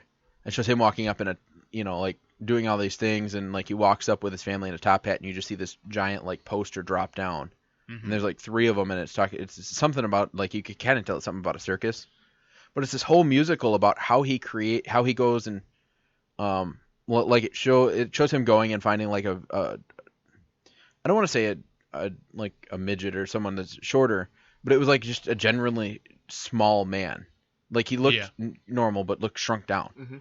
Mm-hmm. And but he's like, be a part of it. He's like, I need a star for this thing that I'm doing. Mm-hmm. And like, it shows he's got the bearded lady, and so it shows him putting this act together. And listen to this cast list, okay? Because it's got Hugh Jackman, Zac Efron, Zendaya, Michelle Williams, and then Rebecca Ferguson. Yeah. I mean, that's a pretty good cast. I think Paul Sparks is a pretty big name too. I don't know. I was looking down and I saw just some of the main ones for some of the main characters. Mm-hmm. And it shows like Zac Efron's character and Zendaya's character has a thing, and like she plays an acrobat. Okay. And so I mean, it was just a cool concept. I'm like, this actually looks like a really good movie. I was looking at the guy. I was looking at the people too right here. Right. And I was just looking at who they were. I didn't even look at the actors and actresses. Mhm. I saw a bearded woman. I was like, please be Amy Schumer. Just instantaneous. Please just be her. No. All people. And it's not.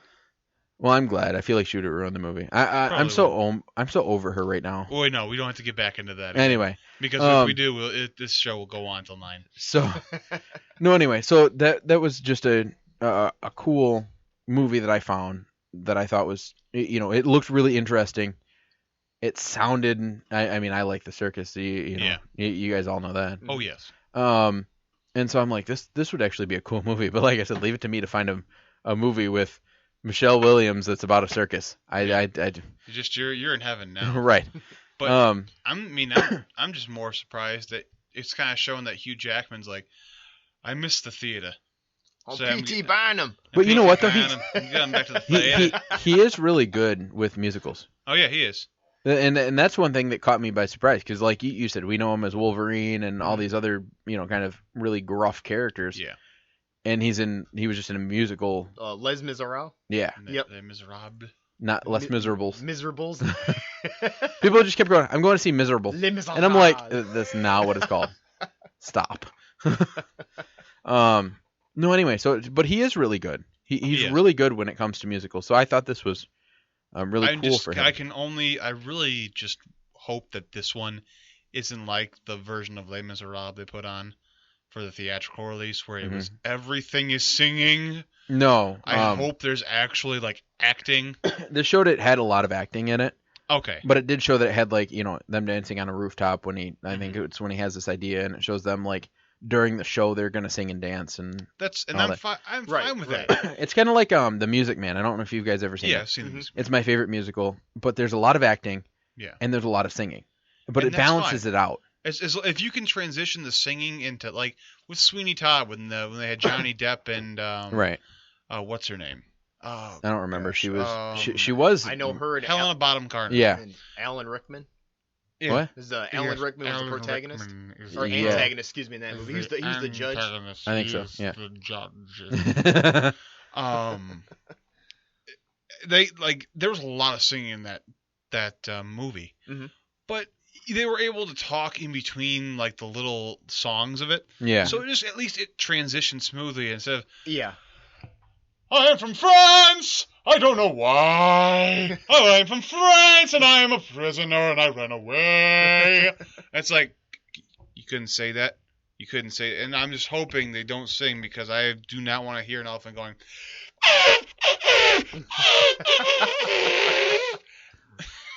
for 10 minutes. It's like, is that elephant trying to sing? Yeah. What's he trying to sing? Kangaroo. No, And it's there's no elephants in this one, or at least it didn't look like it. It looked like the there's original gonna be circus. CG elephants. No. Because you can't use elephants anymore. Which is dumb. Don't get me on that topic. I know. That's No, I want anyway. to hear him go off on that one. Anyway, so no, I just thought it was a great movie, and it was a movie that was like almost made for me to watch it. Yeah. So you can bet when this movie comes out, I am going to be watching it. I don't remember when it came out though. I think it comes out in 2018 as well. 17. 17. This will be the Christmas.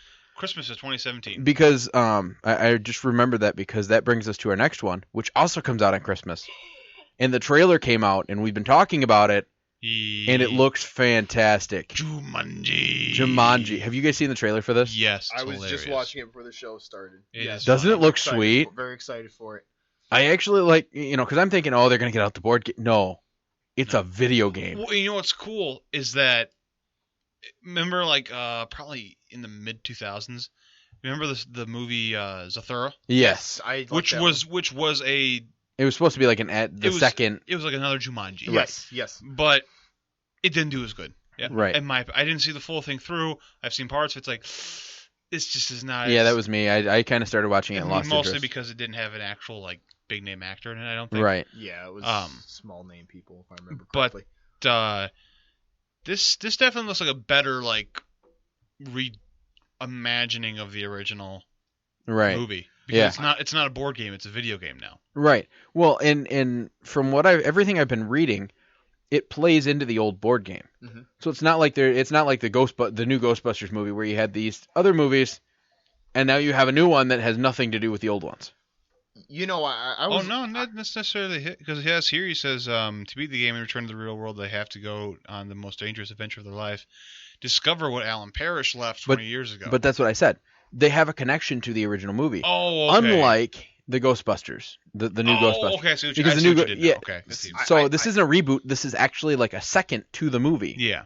It's almost like the game transformed itself into an electronic version rather than the actual board game. I know for me as a kid, I actually was terrified of Jumanji when I first saw it when I was really little. But I loved it. I know, it became one of my favorite movies, and my parents had bought me the actual game and everything like that. But for me, that was one of the big movies that really solidified my liking for Robin Williams. Yes, yeah, Mr. Robin Williams. And I know I was a little concerned seeing this. I'm like, I want to be careful of that because I would hate it to taint his name for me. Right. Because I absolutely loved him. Every movie he was in, like, whether it was the Aladdin shows, Patch Adams, Jumanji, Hook. anything. Yeah, Hook. that was actually a very underrated movie. A lot of people have never seen that. I love that I movie. enjoyed that movie very much. Well, and then I didn't realize who played Captain Hook until I looked it up one day. Like, Yeah, even when I was younger, I'm like, who played that guy? He did a really good job.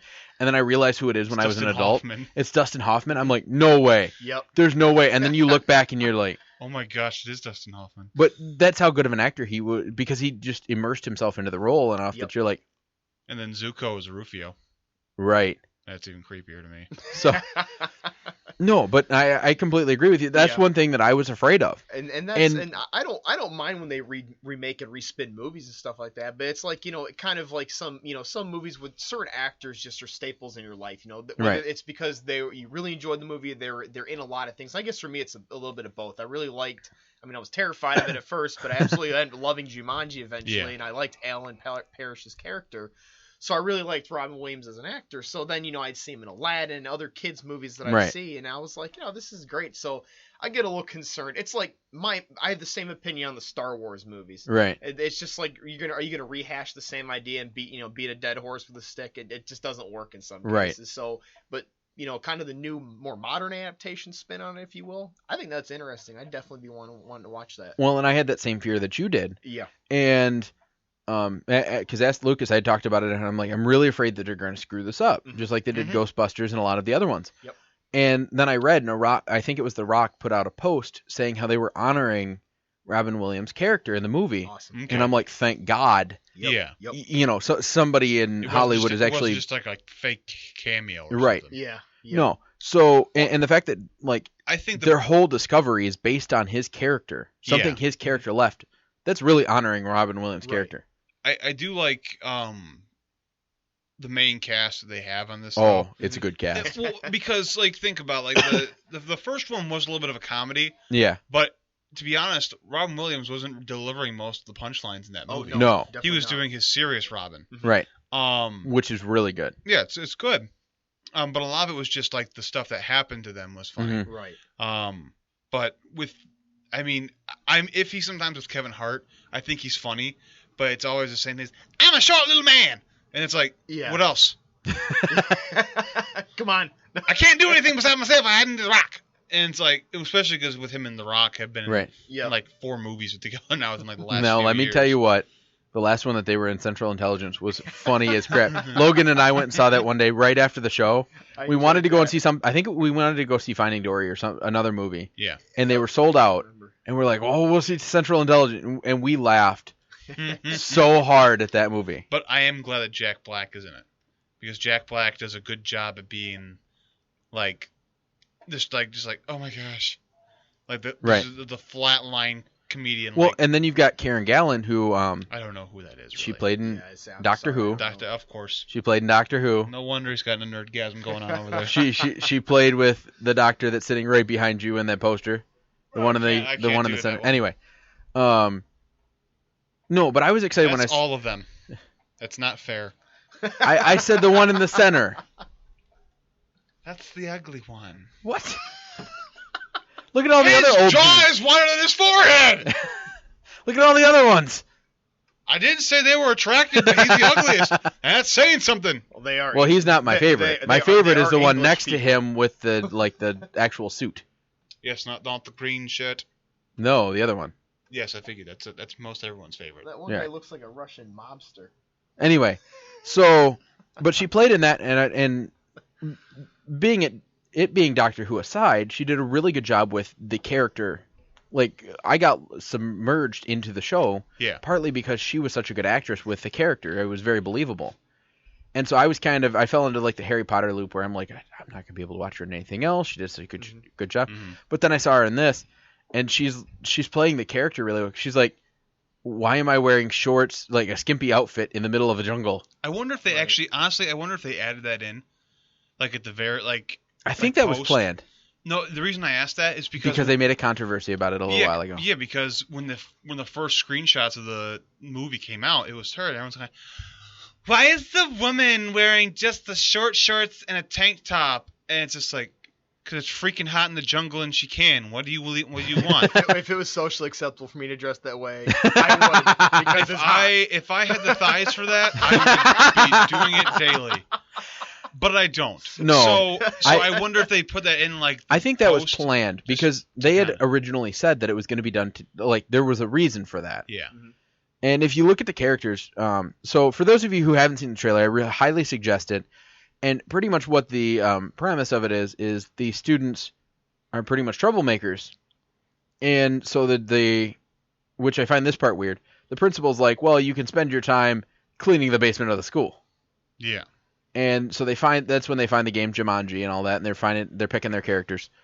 And if you look at her, like the younger version of her character, yeah, she's like, she's like the girl who wears like a a normal like t-shirt and like a sweatshirt over it and like long jeans. She doesn't wear skimpy outfits. Yeah, she's a nerd. And she's then a nerd girl. Right.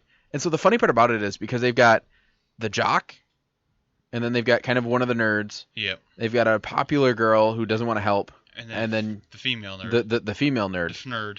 And so they're going around picking their characters. They're like, oh, we got to pick our characters. And Karen Gallen's character was like, ooh. Or no, she picked last. She's like, I guess I'm Ruby Roundhouse. Mm-hmm. And then the one girl's like, Professor Shelley Oberon. It's a curvy genius or something like that. Yeah. And so she's like, she picked that one. And Kevin Hart's character was like Moose Finbar. Okay, cool. Who is a football player. Like right. A giant football player in this. And then he turned into Kevin Hart. Yeah. And then you had Dr. Smolder Bravestone. But the funny part about it is Jack Black's character was that popular girl. Yeah, it's the best part. And then so like they're all dropping and they're figuring out who they are and what was happening.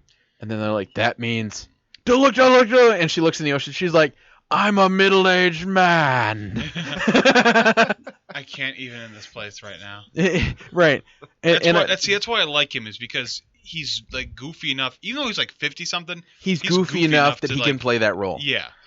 I feel like he's always versatile. He can like do like the say joke punchline. Right. He's very good in situational things as well too. Whether it's just making fun of his appearance or just something happens and he can roll with it. Well, and I love how you have the reason I like The Rock and Kevin Hart together is because you have The Rock who always plays like a guy that doesn't act like he should, looking like that. Yeah. Like in the movie Central Intelligence, he acted like a fat nerd because in the beginning of the movie that's what he started off as. So he still acted, and that's what made it really funny. And then Kevin Hart was just like a normal dude. Well, this one you've got, he's like, at one point you hear The Rock, don't cry. and then Kevin Hart's character's like, they're all complaining about things, and he's like, I'm missing half of me. I'm missing the top 2 half of my body. 2 feet of my body. And then like at one part, because he's like this big adventurer, and he's got like this big backpack on. He's like, and Jack Black's character gets I'm trying to figure out what it's called. He gets eaten by like a hippo. Yeah. And the Rock character's like, go after and get him. He's like, no, you go after and get him. No, you do it. He's like, no, I've got the backpack. Everybody knows the guy with the backpack doesn't jump in the water. But it's that kind of stuff that makes it really funny because it's true. Like the guy with the backpack doesn't jump into the water. Not usually, no. But it just looked really cool. And I also found it had Nick Jonas in it, which actually he's been kind of creeping up as, a little bit more serious of a song. I was gonna say a songwriter. Oh. He's been taking a little bit more serious about his music since he stopped touring with his brothers. But he's also appeared in some films, and what I've seen, he's done pretty well. Yeah. Especially since he was a Disney star and he had to act that way too. So I'm kind of excited because it looks like he played like a helicopter pilot. and he had like a pretty cool character. So I started scrolling down the Jumanji Facebook page, Yeah. and I remembered like the first post of like the one where The Rock's like, so I'm on the set of Jumanji. I've been out here in the desert for this long, blah, blah, blah, and he's talking about how hard it is. And the camera just pans over, and it sees like a camp with a whole bunch of like electronics. He's like, no, let's keep it over this way. And he keeps going and going. He's like, man, you ruined it, dude.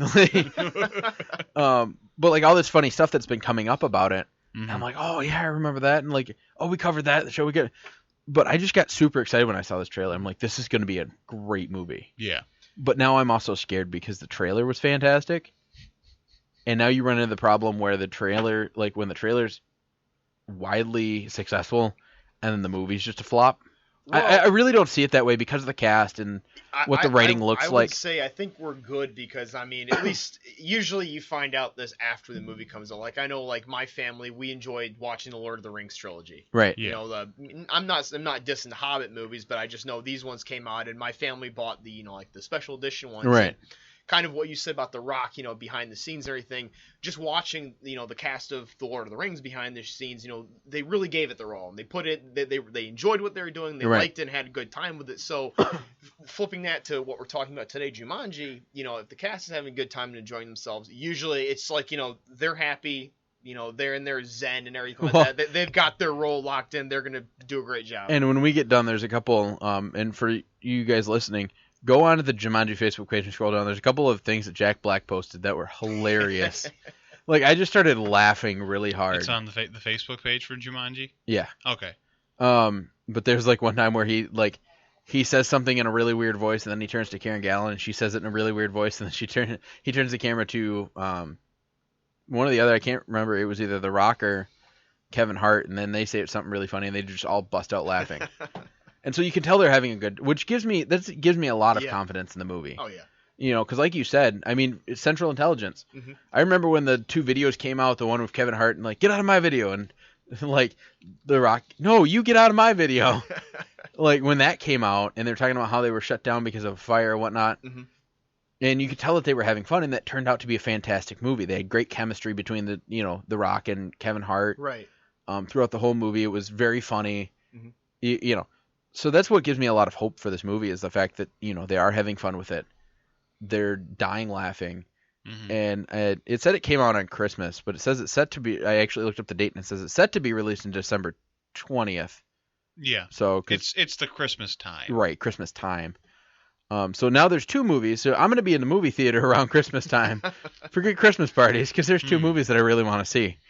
But yeah, no, I didn't. I just thought this was fantastic. It should be good. You know what else was really good? Our Fresh and Retro Netflix pick of the week. Yep.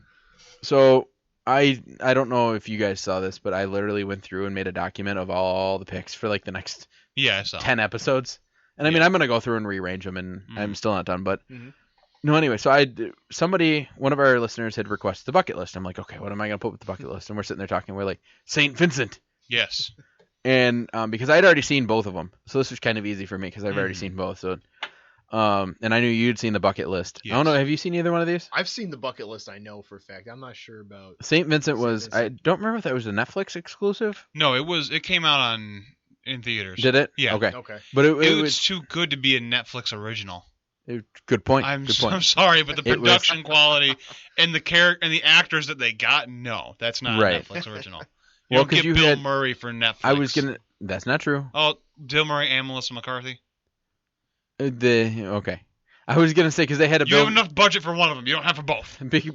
Well, they had a Bill Murray Christmas special Netflix Okay, original. besides that.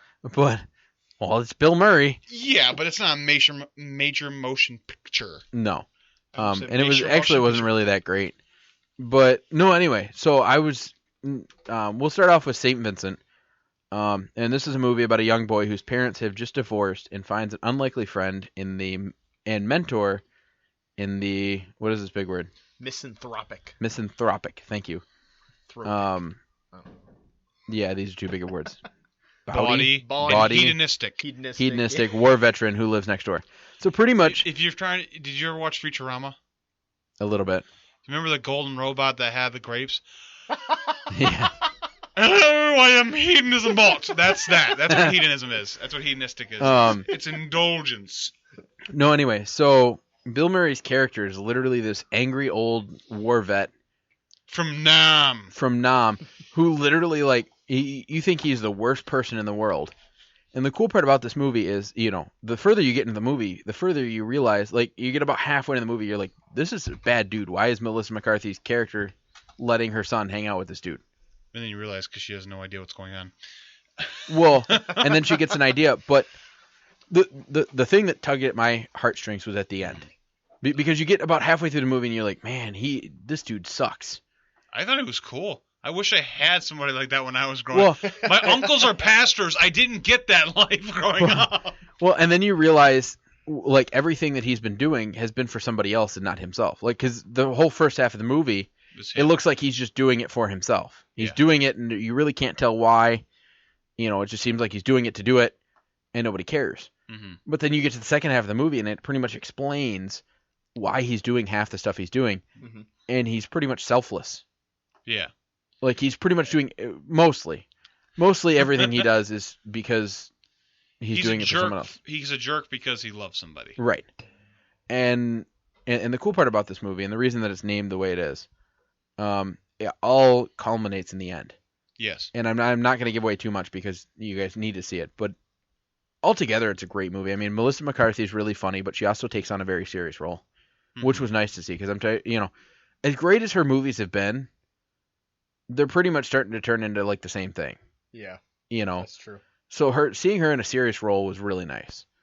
Because we all know that she can act. Mm-hmm. We all know that she can do more than comedy. So it was nice to actually see that side of her. I like seeing her in stuff that isn't comedy, honestly. I like her comedy. It's funny every once in a while. Well, no, I'm not saying I don't she's like that. doing so much of it. That I was more just because she is such a good actress to begin with. She does kind of have like a mom vibe. Oh yeah. To her, and that's why it worked out so well in this movie. But no, I hadn't seen it until you said we were going to watch it this week. And I was like, I saw it on Netflix and I saw the commercial and I'm like, I'm like, I saw the commercial, but I want to watch it. So April and I sat down and watched it a while back. I'm like, this is a fantastic movie. It's a hilarious movie. I did not, like I said, I did not watch it when it first came out. Right. And I thought when you said St. Vincent, I thought you were talking about Charlie St. Cloud, and that's why I said no. But that's a good movie too. And we're skipping over that fact. But no, this was a very, very, very good selection. It was. And it was paired with the bucket list. Which if you don't know anything about the bucket list by now, I mean, good luck to you. But this movie, actually, the bucket list was my first like big Jack Nicholson performance. Really? That I ever saw. Yeah. Like I saw it after it came out. Like I saw that Jack Nicholson Joker was the first time I've ever seen Jack Nicholson. I hadn't seen. Yeah, I never watched those Batmans. It was really good. But this is my first big Jack Nicholson performance. That wasn't like supposed to be. I think I saw like Anger Management. I think once before I saw Bucket List. So I thought he was just like a B-list actor, and it's like, oh no, this guy is like really good at what he does. Oh yeah, no, there's a reason he's done as many movies as he has, because he's done a lot. Despite what you've seen, he has done a lot of movies. It's sometimes there's been smaller roles, they've been bigger roles. Like I said, when he was the Joker, that was the first time I saw him, and that is my all-time favorite Joker to this day. Mm-hmm. It's a lot of people's all-time favorite Joker. Really? Because I thought the Cesar Romano and Heath Ledger. Heath Ledger. I thought the Heath Ledger one was everybody's favorite. No, a lot of people still love. A lot of the millennials like Heath Ledger. Yeah, because they not Heath Ledger. No, seen... Who's the guy that plays in Star Wars and then did the voices for like the animated? Mark Hamill. Mark Hamill. A lot of people like Mark Hamill as Joker. For comics, I like him for the animated version. I agree. I mean, Jack overall, Nicholson is screen performance. Overall, Mark Hamill, because just being able to do that voice. But if Mark Hamill actually did that in person, it'd be a little bit different. Be like, no, this doesn't work out too well for me. I'm just seeing Luke Skywalker over here. Exactly. With green hair. Yeah. With green hair. But so this is the first time I saw Jack Nicholson. Not the first time I saw Morgan Freeman, because I saw him in Batman. Mm-hmm. And he said, Batman, he has some stuff. I'm going to go away now. I have to talk about penguins. And, no, but the start of this, I mean, we're back on cancer again Yeah. for like the third time this show. We went But from cancer to porn to cancer. It's a great way to go. We offended everyone with the show title. We offended everyone with most of the content, and now we're Hey, ending. might as well end it on a controversial note. No. The show that's not supposed to be about controversy being about controversy. Next week, conspiracy theories. Next week's special guest, Jesse Ventura. But yeah, so basically Morgan Freeman and Jack Nicholson. Just two very sick old dudes, and One super rich and one not. Yeah. Well, Morgan Freeman's character is kind of wealthy. He's a Right. doctor Mhm. and stuff. No, he wasn't. Yeah, he was. He was a Oh no, that's right. He was. He was like a.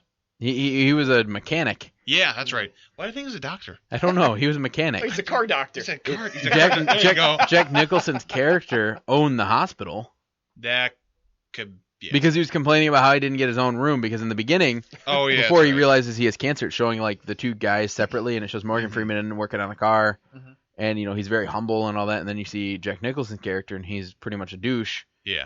and he's like, no exceptions, 2 people to a room, Yeah. and then he gets sick, and he's like, why don't I get my own room? And they're like, I'm sorry, sir, you said no exceptions. You told Mhm. us earlier. Well, and then the whole coffee thing. Oh yeah, the one scene where he finds out that his favorite cup of coffee is just like crap, like cat crap Yes. from Jaguars, It's literally like Jaguars eat the coffee beans and then they and then poop poop them out. them out. And then they put them in the can. Right. And The post processed. right, Morgan Freeman is laughing every time he sees it. Jack yeah. Nicholson's character take a sip of this coffee, and But through the whole movie, you're wondering why. Yeah, but the one thing I do like about this movie was they got to. I don't know if they actually got to go to these sets. I'm pretty sure they were probably like made on like a fake set. Like they didn't get to like go on top of the pyramids or something. But Right. the places they got to go, at least even if they're CGI'd, it was still pretty awesome. Well, I mean, they probably actually went to, because at one point they went to like Paris to a fancy restaurant. They Yeah. probably actually went to Paris. Oh, I'm sure. And so, like, going to the different places are probably accurate, Yeah. but like they didn't go to the top of Mount Everest. Mount Everest. No, probably They not. didn't. There's a lot of things that they didn't do. They could have actually went skydiving. I doubt it, but they could have. Yep. Oh, the hot rods. The hot rods. That was awesome. That was fantastic. But just all the stuff they got to do, and then probably the part that cuts you is just not. It's not even like when Morgan Freeman gets like really sick, Yeah. but it's just like the argument they have before he gets sick, Right. and everything's going good. He's back home and family and his wife, and then Jack Nicholson's in his apartment with 2 hookers, and he's just like, and you're just like, oh, those poor girls. And, but you're like, oh crap, that sucks for him because he was having so much fun, and then he got mad for no reason. He realizes he is his own cause for misfortune, Right. and then they make up a little too late. It's kind of like a Scrooge. It is, but the worst part is they make up a little too late because Morgan Freeman's character dies. Yes. I don't know. I can't remember if he saw him before he went into surgery or not. Mhm. But they come out. He comes out and he goes to his eulogy Yeah. at the church or whatever, and he has to speak, and he's just like awkward. He's like, I don't know what I'm gonna say. And somehow Morgan Freeman's character is still narrating after he's dead. Like I would have been fine if like there was no narration. Like at the very end, like spoilers, but they're both, or Jack Nicholson's character, maybe both of them, are buried in a coffee can on top of Mount Everest. And Morgan Freeman's like, and what's the guy's name? What's Jack Nicholson's character? Hey, let me look this up real quick so I can do this correctly. I do love how they were buried in a coffee can, though. Yeah, it's awesome. It's like violating, like. Let's see, Edward. And Edward was buried in a coffee can on top of Mount Everest. And he was happy there because it was against the law. And I think that added it though. That made it funny because if they would have just shown him putting it in there, then like what is that? Well, because they talked about being buried in or he wanted to be whole something magnificent. Right. And the idea was, okay, well now they get this. Now they like if they had just written the names like the Carter and Edward on the cans names, like, oh my gosh, they finally got to go to the top of Mount Everest. But I love how the fact that they threw in it was illegal. Yeah, which was illegal. But I love that it was illegal and they were both. And if you look off to your right, weren't they both buried there? Yeah, I think so. In the little like in rock the little formation thing that he made. So. And I'm pretty sure the coffee cans they chose were the same coffee the Jaguar crab coffee. Crab, yeah. And it's like Morgan was like, and it was buried there, and it was illegal. And if you look over to your right, you can see the penguins. No, but it was overall a great movie. It was funny. Both of these were funny and touching and serious and sad and happy and very soft but very funny at the same time. Yeah, but it wasn't one extreme to the other. It was kind of they would kind of work their way up to one emotion, and then kind of back down to another, and then it was kind of like a nice flow for a movie. And then I was thinking in the bucket list that they were supposed to die, and I'm like, I don't really want them to die now. Right. Like I want them to just be like, you're cured, and then they actually did the whole thing where he was buried in a coffee can and they died, and I'm like, well, that was sad. But you're happy at the very end because you're like, oh, they got to be where they wanted to be, and everything's good now. I thought it was awesome just in the fact that it was, at the start it was two guys that didn't really know each other, were kind of, at odds initially to begin. And then, just throughout the movie, going on trips and stuff like that, they bonded together through their disease and, their desire to go do all that. Well, and it was how, because Morgan Freeman's character had been through some of the treatment already. Yeah. And then Jack Nicholson's character gets in, and so that's when Morgan Freeman starts helping him out, and they, played, I think they play chess, don't they? I think they played chess or checkers. One of the two. Well, the thing is, in both... they played cards, too. For both of these guys, I mean, the big part about this movie was that... both of them had stage 3 or stage 4 cancer. Right. Yeah. This was this was not a turnaround kind of movie. This was you knew it was going to happen. Mm-hmm. You just didn't know when it was going to happen. You didn't know if one of them was going to go on to die very soon. The other one's going to live on. Mm-hmm. He's like, oh, hey, we'll end up being in remission after a while. Right. It was kind of like me in the Fast and the Furious 7. Mm-hmm. 7 was the one that came out right that they finished the movie with I don't know. The guy's Paul Walker. Paul Walker's brother. I can't remember which one. I think that was 7 because Fast 8 was the one that. No, that was 8. Yeah. Anyway, the one that came out, I was sitting in the movie and I was expecting Paul Walker's character to die for the entire movie. And then he died in real life. No, but that had already happened. Right. But I'm sitting there, so I'm like, okay, they're gonna have to kill his character off, and then it'll spark another movie. And I'm sitting there waiting, and then I'm like, this is it. And then it didn't happen. And they just wrote him off in the next one. Right. And he just didn't want to come back. He retired. Went to the Bahamas and he's happy there now. Right. So. No, but I don't get me wrong. I thought that was a fantastic ending. 'Cause, I was expecting him to die, and he didn't. So I thought it was really cool. Anyway, but that's how I felt with the bucket list, because you're like, okay, well, is one of them gonna die before the other one, and what's gonna happen? But I love how they form this friendship and this bond, like you guys said, over this their mutual love of stuff. Of stuff, but disease. And as well as they both were just in the similar situation. Well, and then made him connect. And then you had Jack Nicholson's character who had all this money, and really didn't know what to do with it now that he wasn't going to be there anymore. Mm-hmm. And then you had and Jack Nicholson's character making up with his daughter. Yes. In the film, there's he got to see his granddaughter. Oh my gosh. Yeah. He's dead. Mm-hmm. No, but it was just it was one of those that I thought that was really cool, that because you have his character sitting there with all this money, and then you have Morgan Freeman's character sitting there with pretty much nothing. I mean, enough to get through his treatments and stuff. Yeah. But not enough to go to do all these big fantastic things. He's sitting happy. Yeah. And so that's why it just made it kind of cool, because he's like, well, I don't know why you wanted this car. This car's better. Yeah. And then Morgan Freeman beats up Jack Nicholson, beats him in a race, which was super funny. But it was funny because Morgan Freeman's character was very knowledgeable about stuff. Yeah. He was just like, The answer for Jeopardy is 5,432. But Who is Mount Rushmore? That's a place, not a person. I know what I said.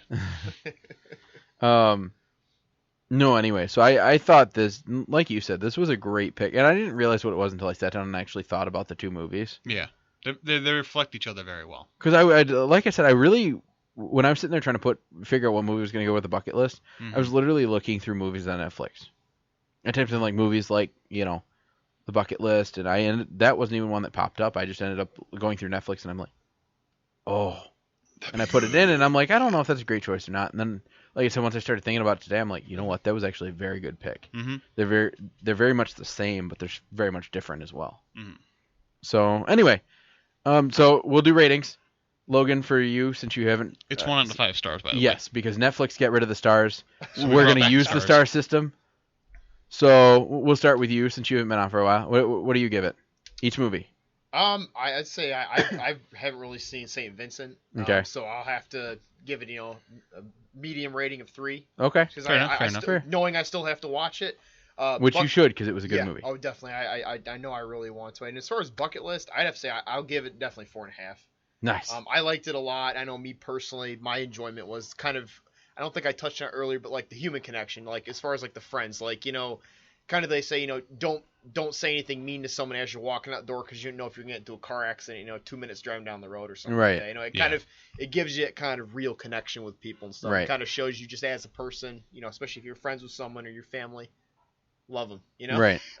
be there. So I really enjoyed Bucket List, and I recommend it to anybody to watch. I think my girlfriend hasn't watched this, so I know I told her, hey, it's on the show, you should watch it. So yeah, give that one 4.5 and 3 for St. Vincent. Sweet. Lucas, what do you think? They both get 4.5 from me. I agree. Both is 4.5. Awesome. They were both really good quite movies. Perfect, No. but it was Well, really dang good. and we have yet to find a perfect movie, and I think giving it a perfect rating would be kind of, I don't know. I don't feel like that there is such thing as like a perfect movie. They're all really good. Mm-hmm. There's really good movies and there's really bad movies and there's okay movies, but there's no like you don't want to give them spectacular ratings. And 'cause if you don't we wanna if we ever find that 5-star movie, we better hope there's not a better movie, right, because then we're screwed. right, Because like now we gotta change that one, because that one's definitely like a 1 now compared to this one. right. So So true. anyway, so those are our ratings. If you guys have any movies that you want us to do, like I said, I do have a master list now of movies that we were gonna do. But if you recommend movie, that's gonna jump to the top of the list naturally. Yeah. So we'll do that as soon as we can. Also, if you are listening to us on Spreaker, hit the like button, leave a comment if you want to. I also posted while we were on during the show. I posted a picture from the BuzzFeed article. 17 people forced to hold signs as punishment. Not And the I one asked- I looked up. and I asked a question, and I said, what do you think of public shaming as a punishment? Leave your comments below, so please comment on that. Like it, share it. Let's really get the show's name out there, and tell us what you think. That's really what I care about, is I want to know what you think. Do you think it is a good punishment, or do you think it's utter crap? Either way, I'll read it, and I will share it next week's show. If you want me to, if you don't, just put, hey, don't, just for your eyes only, or I don't want to be on the show, when, don't mention this or whatever. Just wanted you to know. And I will be sure, if you want me to keep it off, I'll keep it off. If you want me to put it on, I'll put it on. If you really don't care, I'll probably put it on anyway. And then go over to Facebook, give us a couple likes there while you're looking at this post. We are also on YouTube. I'm still trying to work on making an Instagram. We don't have a Twitter. We are on SoundCloud. I'm trying to think of what else we're on. I think that's pretty much it. So just kind of go around, like us, share our stuff, get our name out there. If you have a buddy that you're like, oh yeah, he'd like these guys, send them a link. Yeah. We do this because we like it. We're trying to reach as many people as we can. And I don't know about all of you, but I am tired of all the crap that they put on the actual news. Oh yeah, big time. So Don't watch it anymore. me either. So that's kind of why we created the show. Yeah. And any last comments from you guys besides the unmentionable topic that we were talking about? Yes. No, have fun. Don't crush your car, or don't crush your friends in a Fiat. Yeah, be safe. Have a happy 4th of July, and remember what the holiday is all about, guys. Don't blow up your fingers. Yes. Please don't. I can count to 2. That's all I got.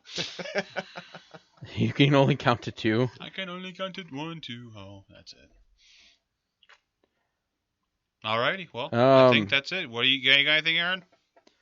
Nope. I'm just trying to. I want to go with an alternate ending this week. Our favorite alternate ending to send us out on this. Oh wait, we're doing that edition one. Of Topic Talks. I forgot about that one. Okay. Oh, apparently. No, you're good. You're good. Okay. Do you have it on point? Yes, I do. All right. Well, then, are we? Is this sending us out, or is this before we go? This is sending us out. All right, to send us out on our 4th of July special edition of Topic Talks. Here is the Fat Man Anthem for all of you that are large. Please stand. If your ankles can't hold it, sit back down. I'm Aaron Cleaning Smith. I'm Lucas Sanders. And I'm Logan Claren. Signing off. People, I know what'll make us feel better.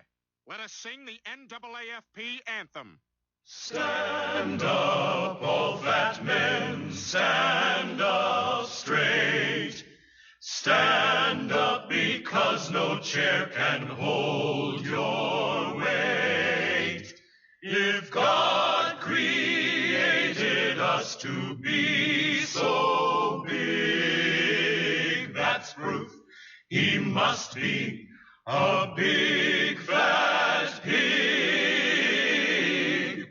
God's real flabby with an ass so wide. His arms look like pillows with cake mix inside. God's man boobs are flabby and they hurt when he jogs. And the back of God's neck looks like a pack of hogs.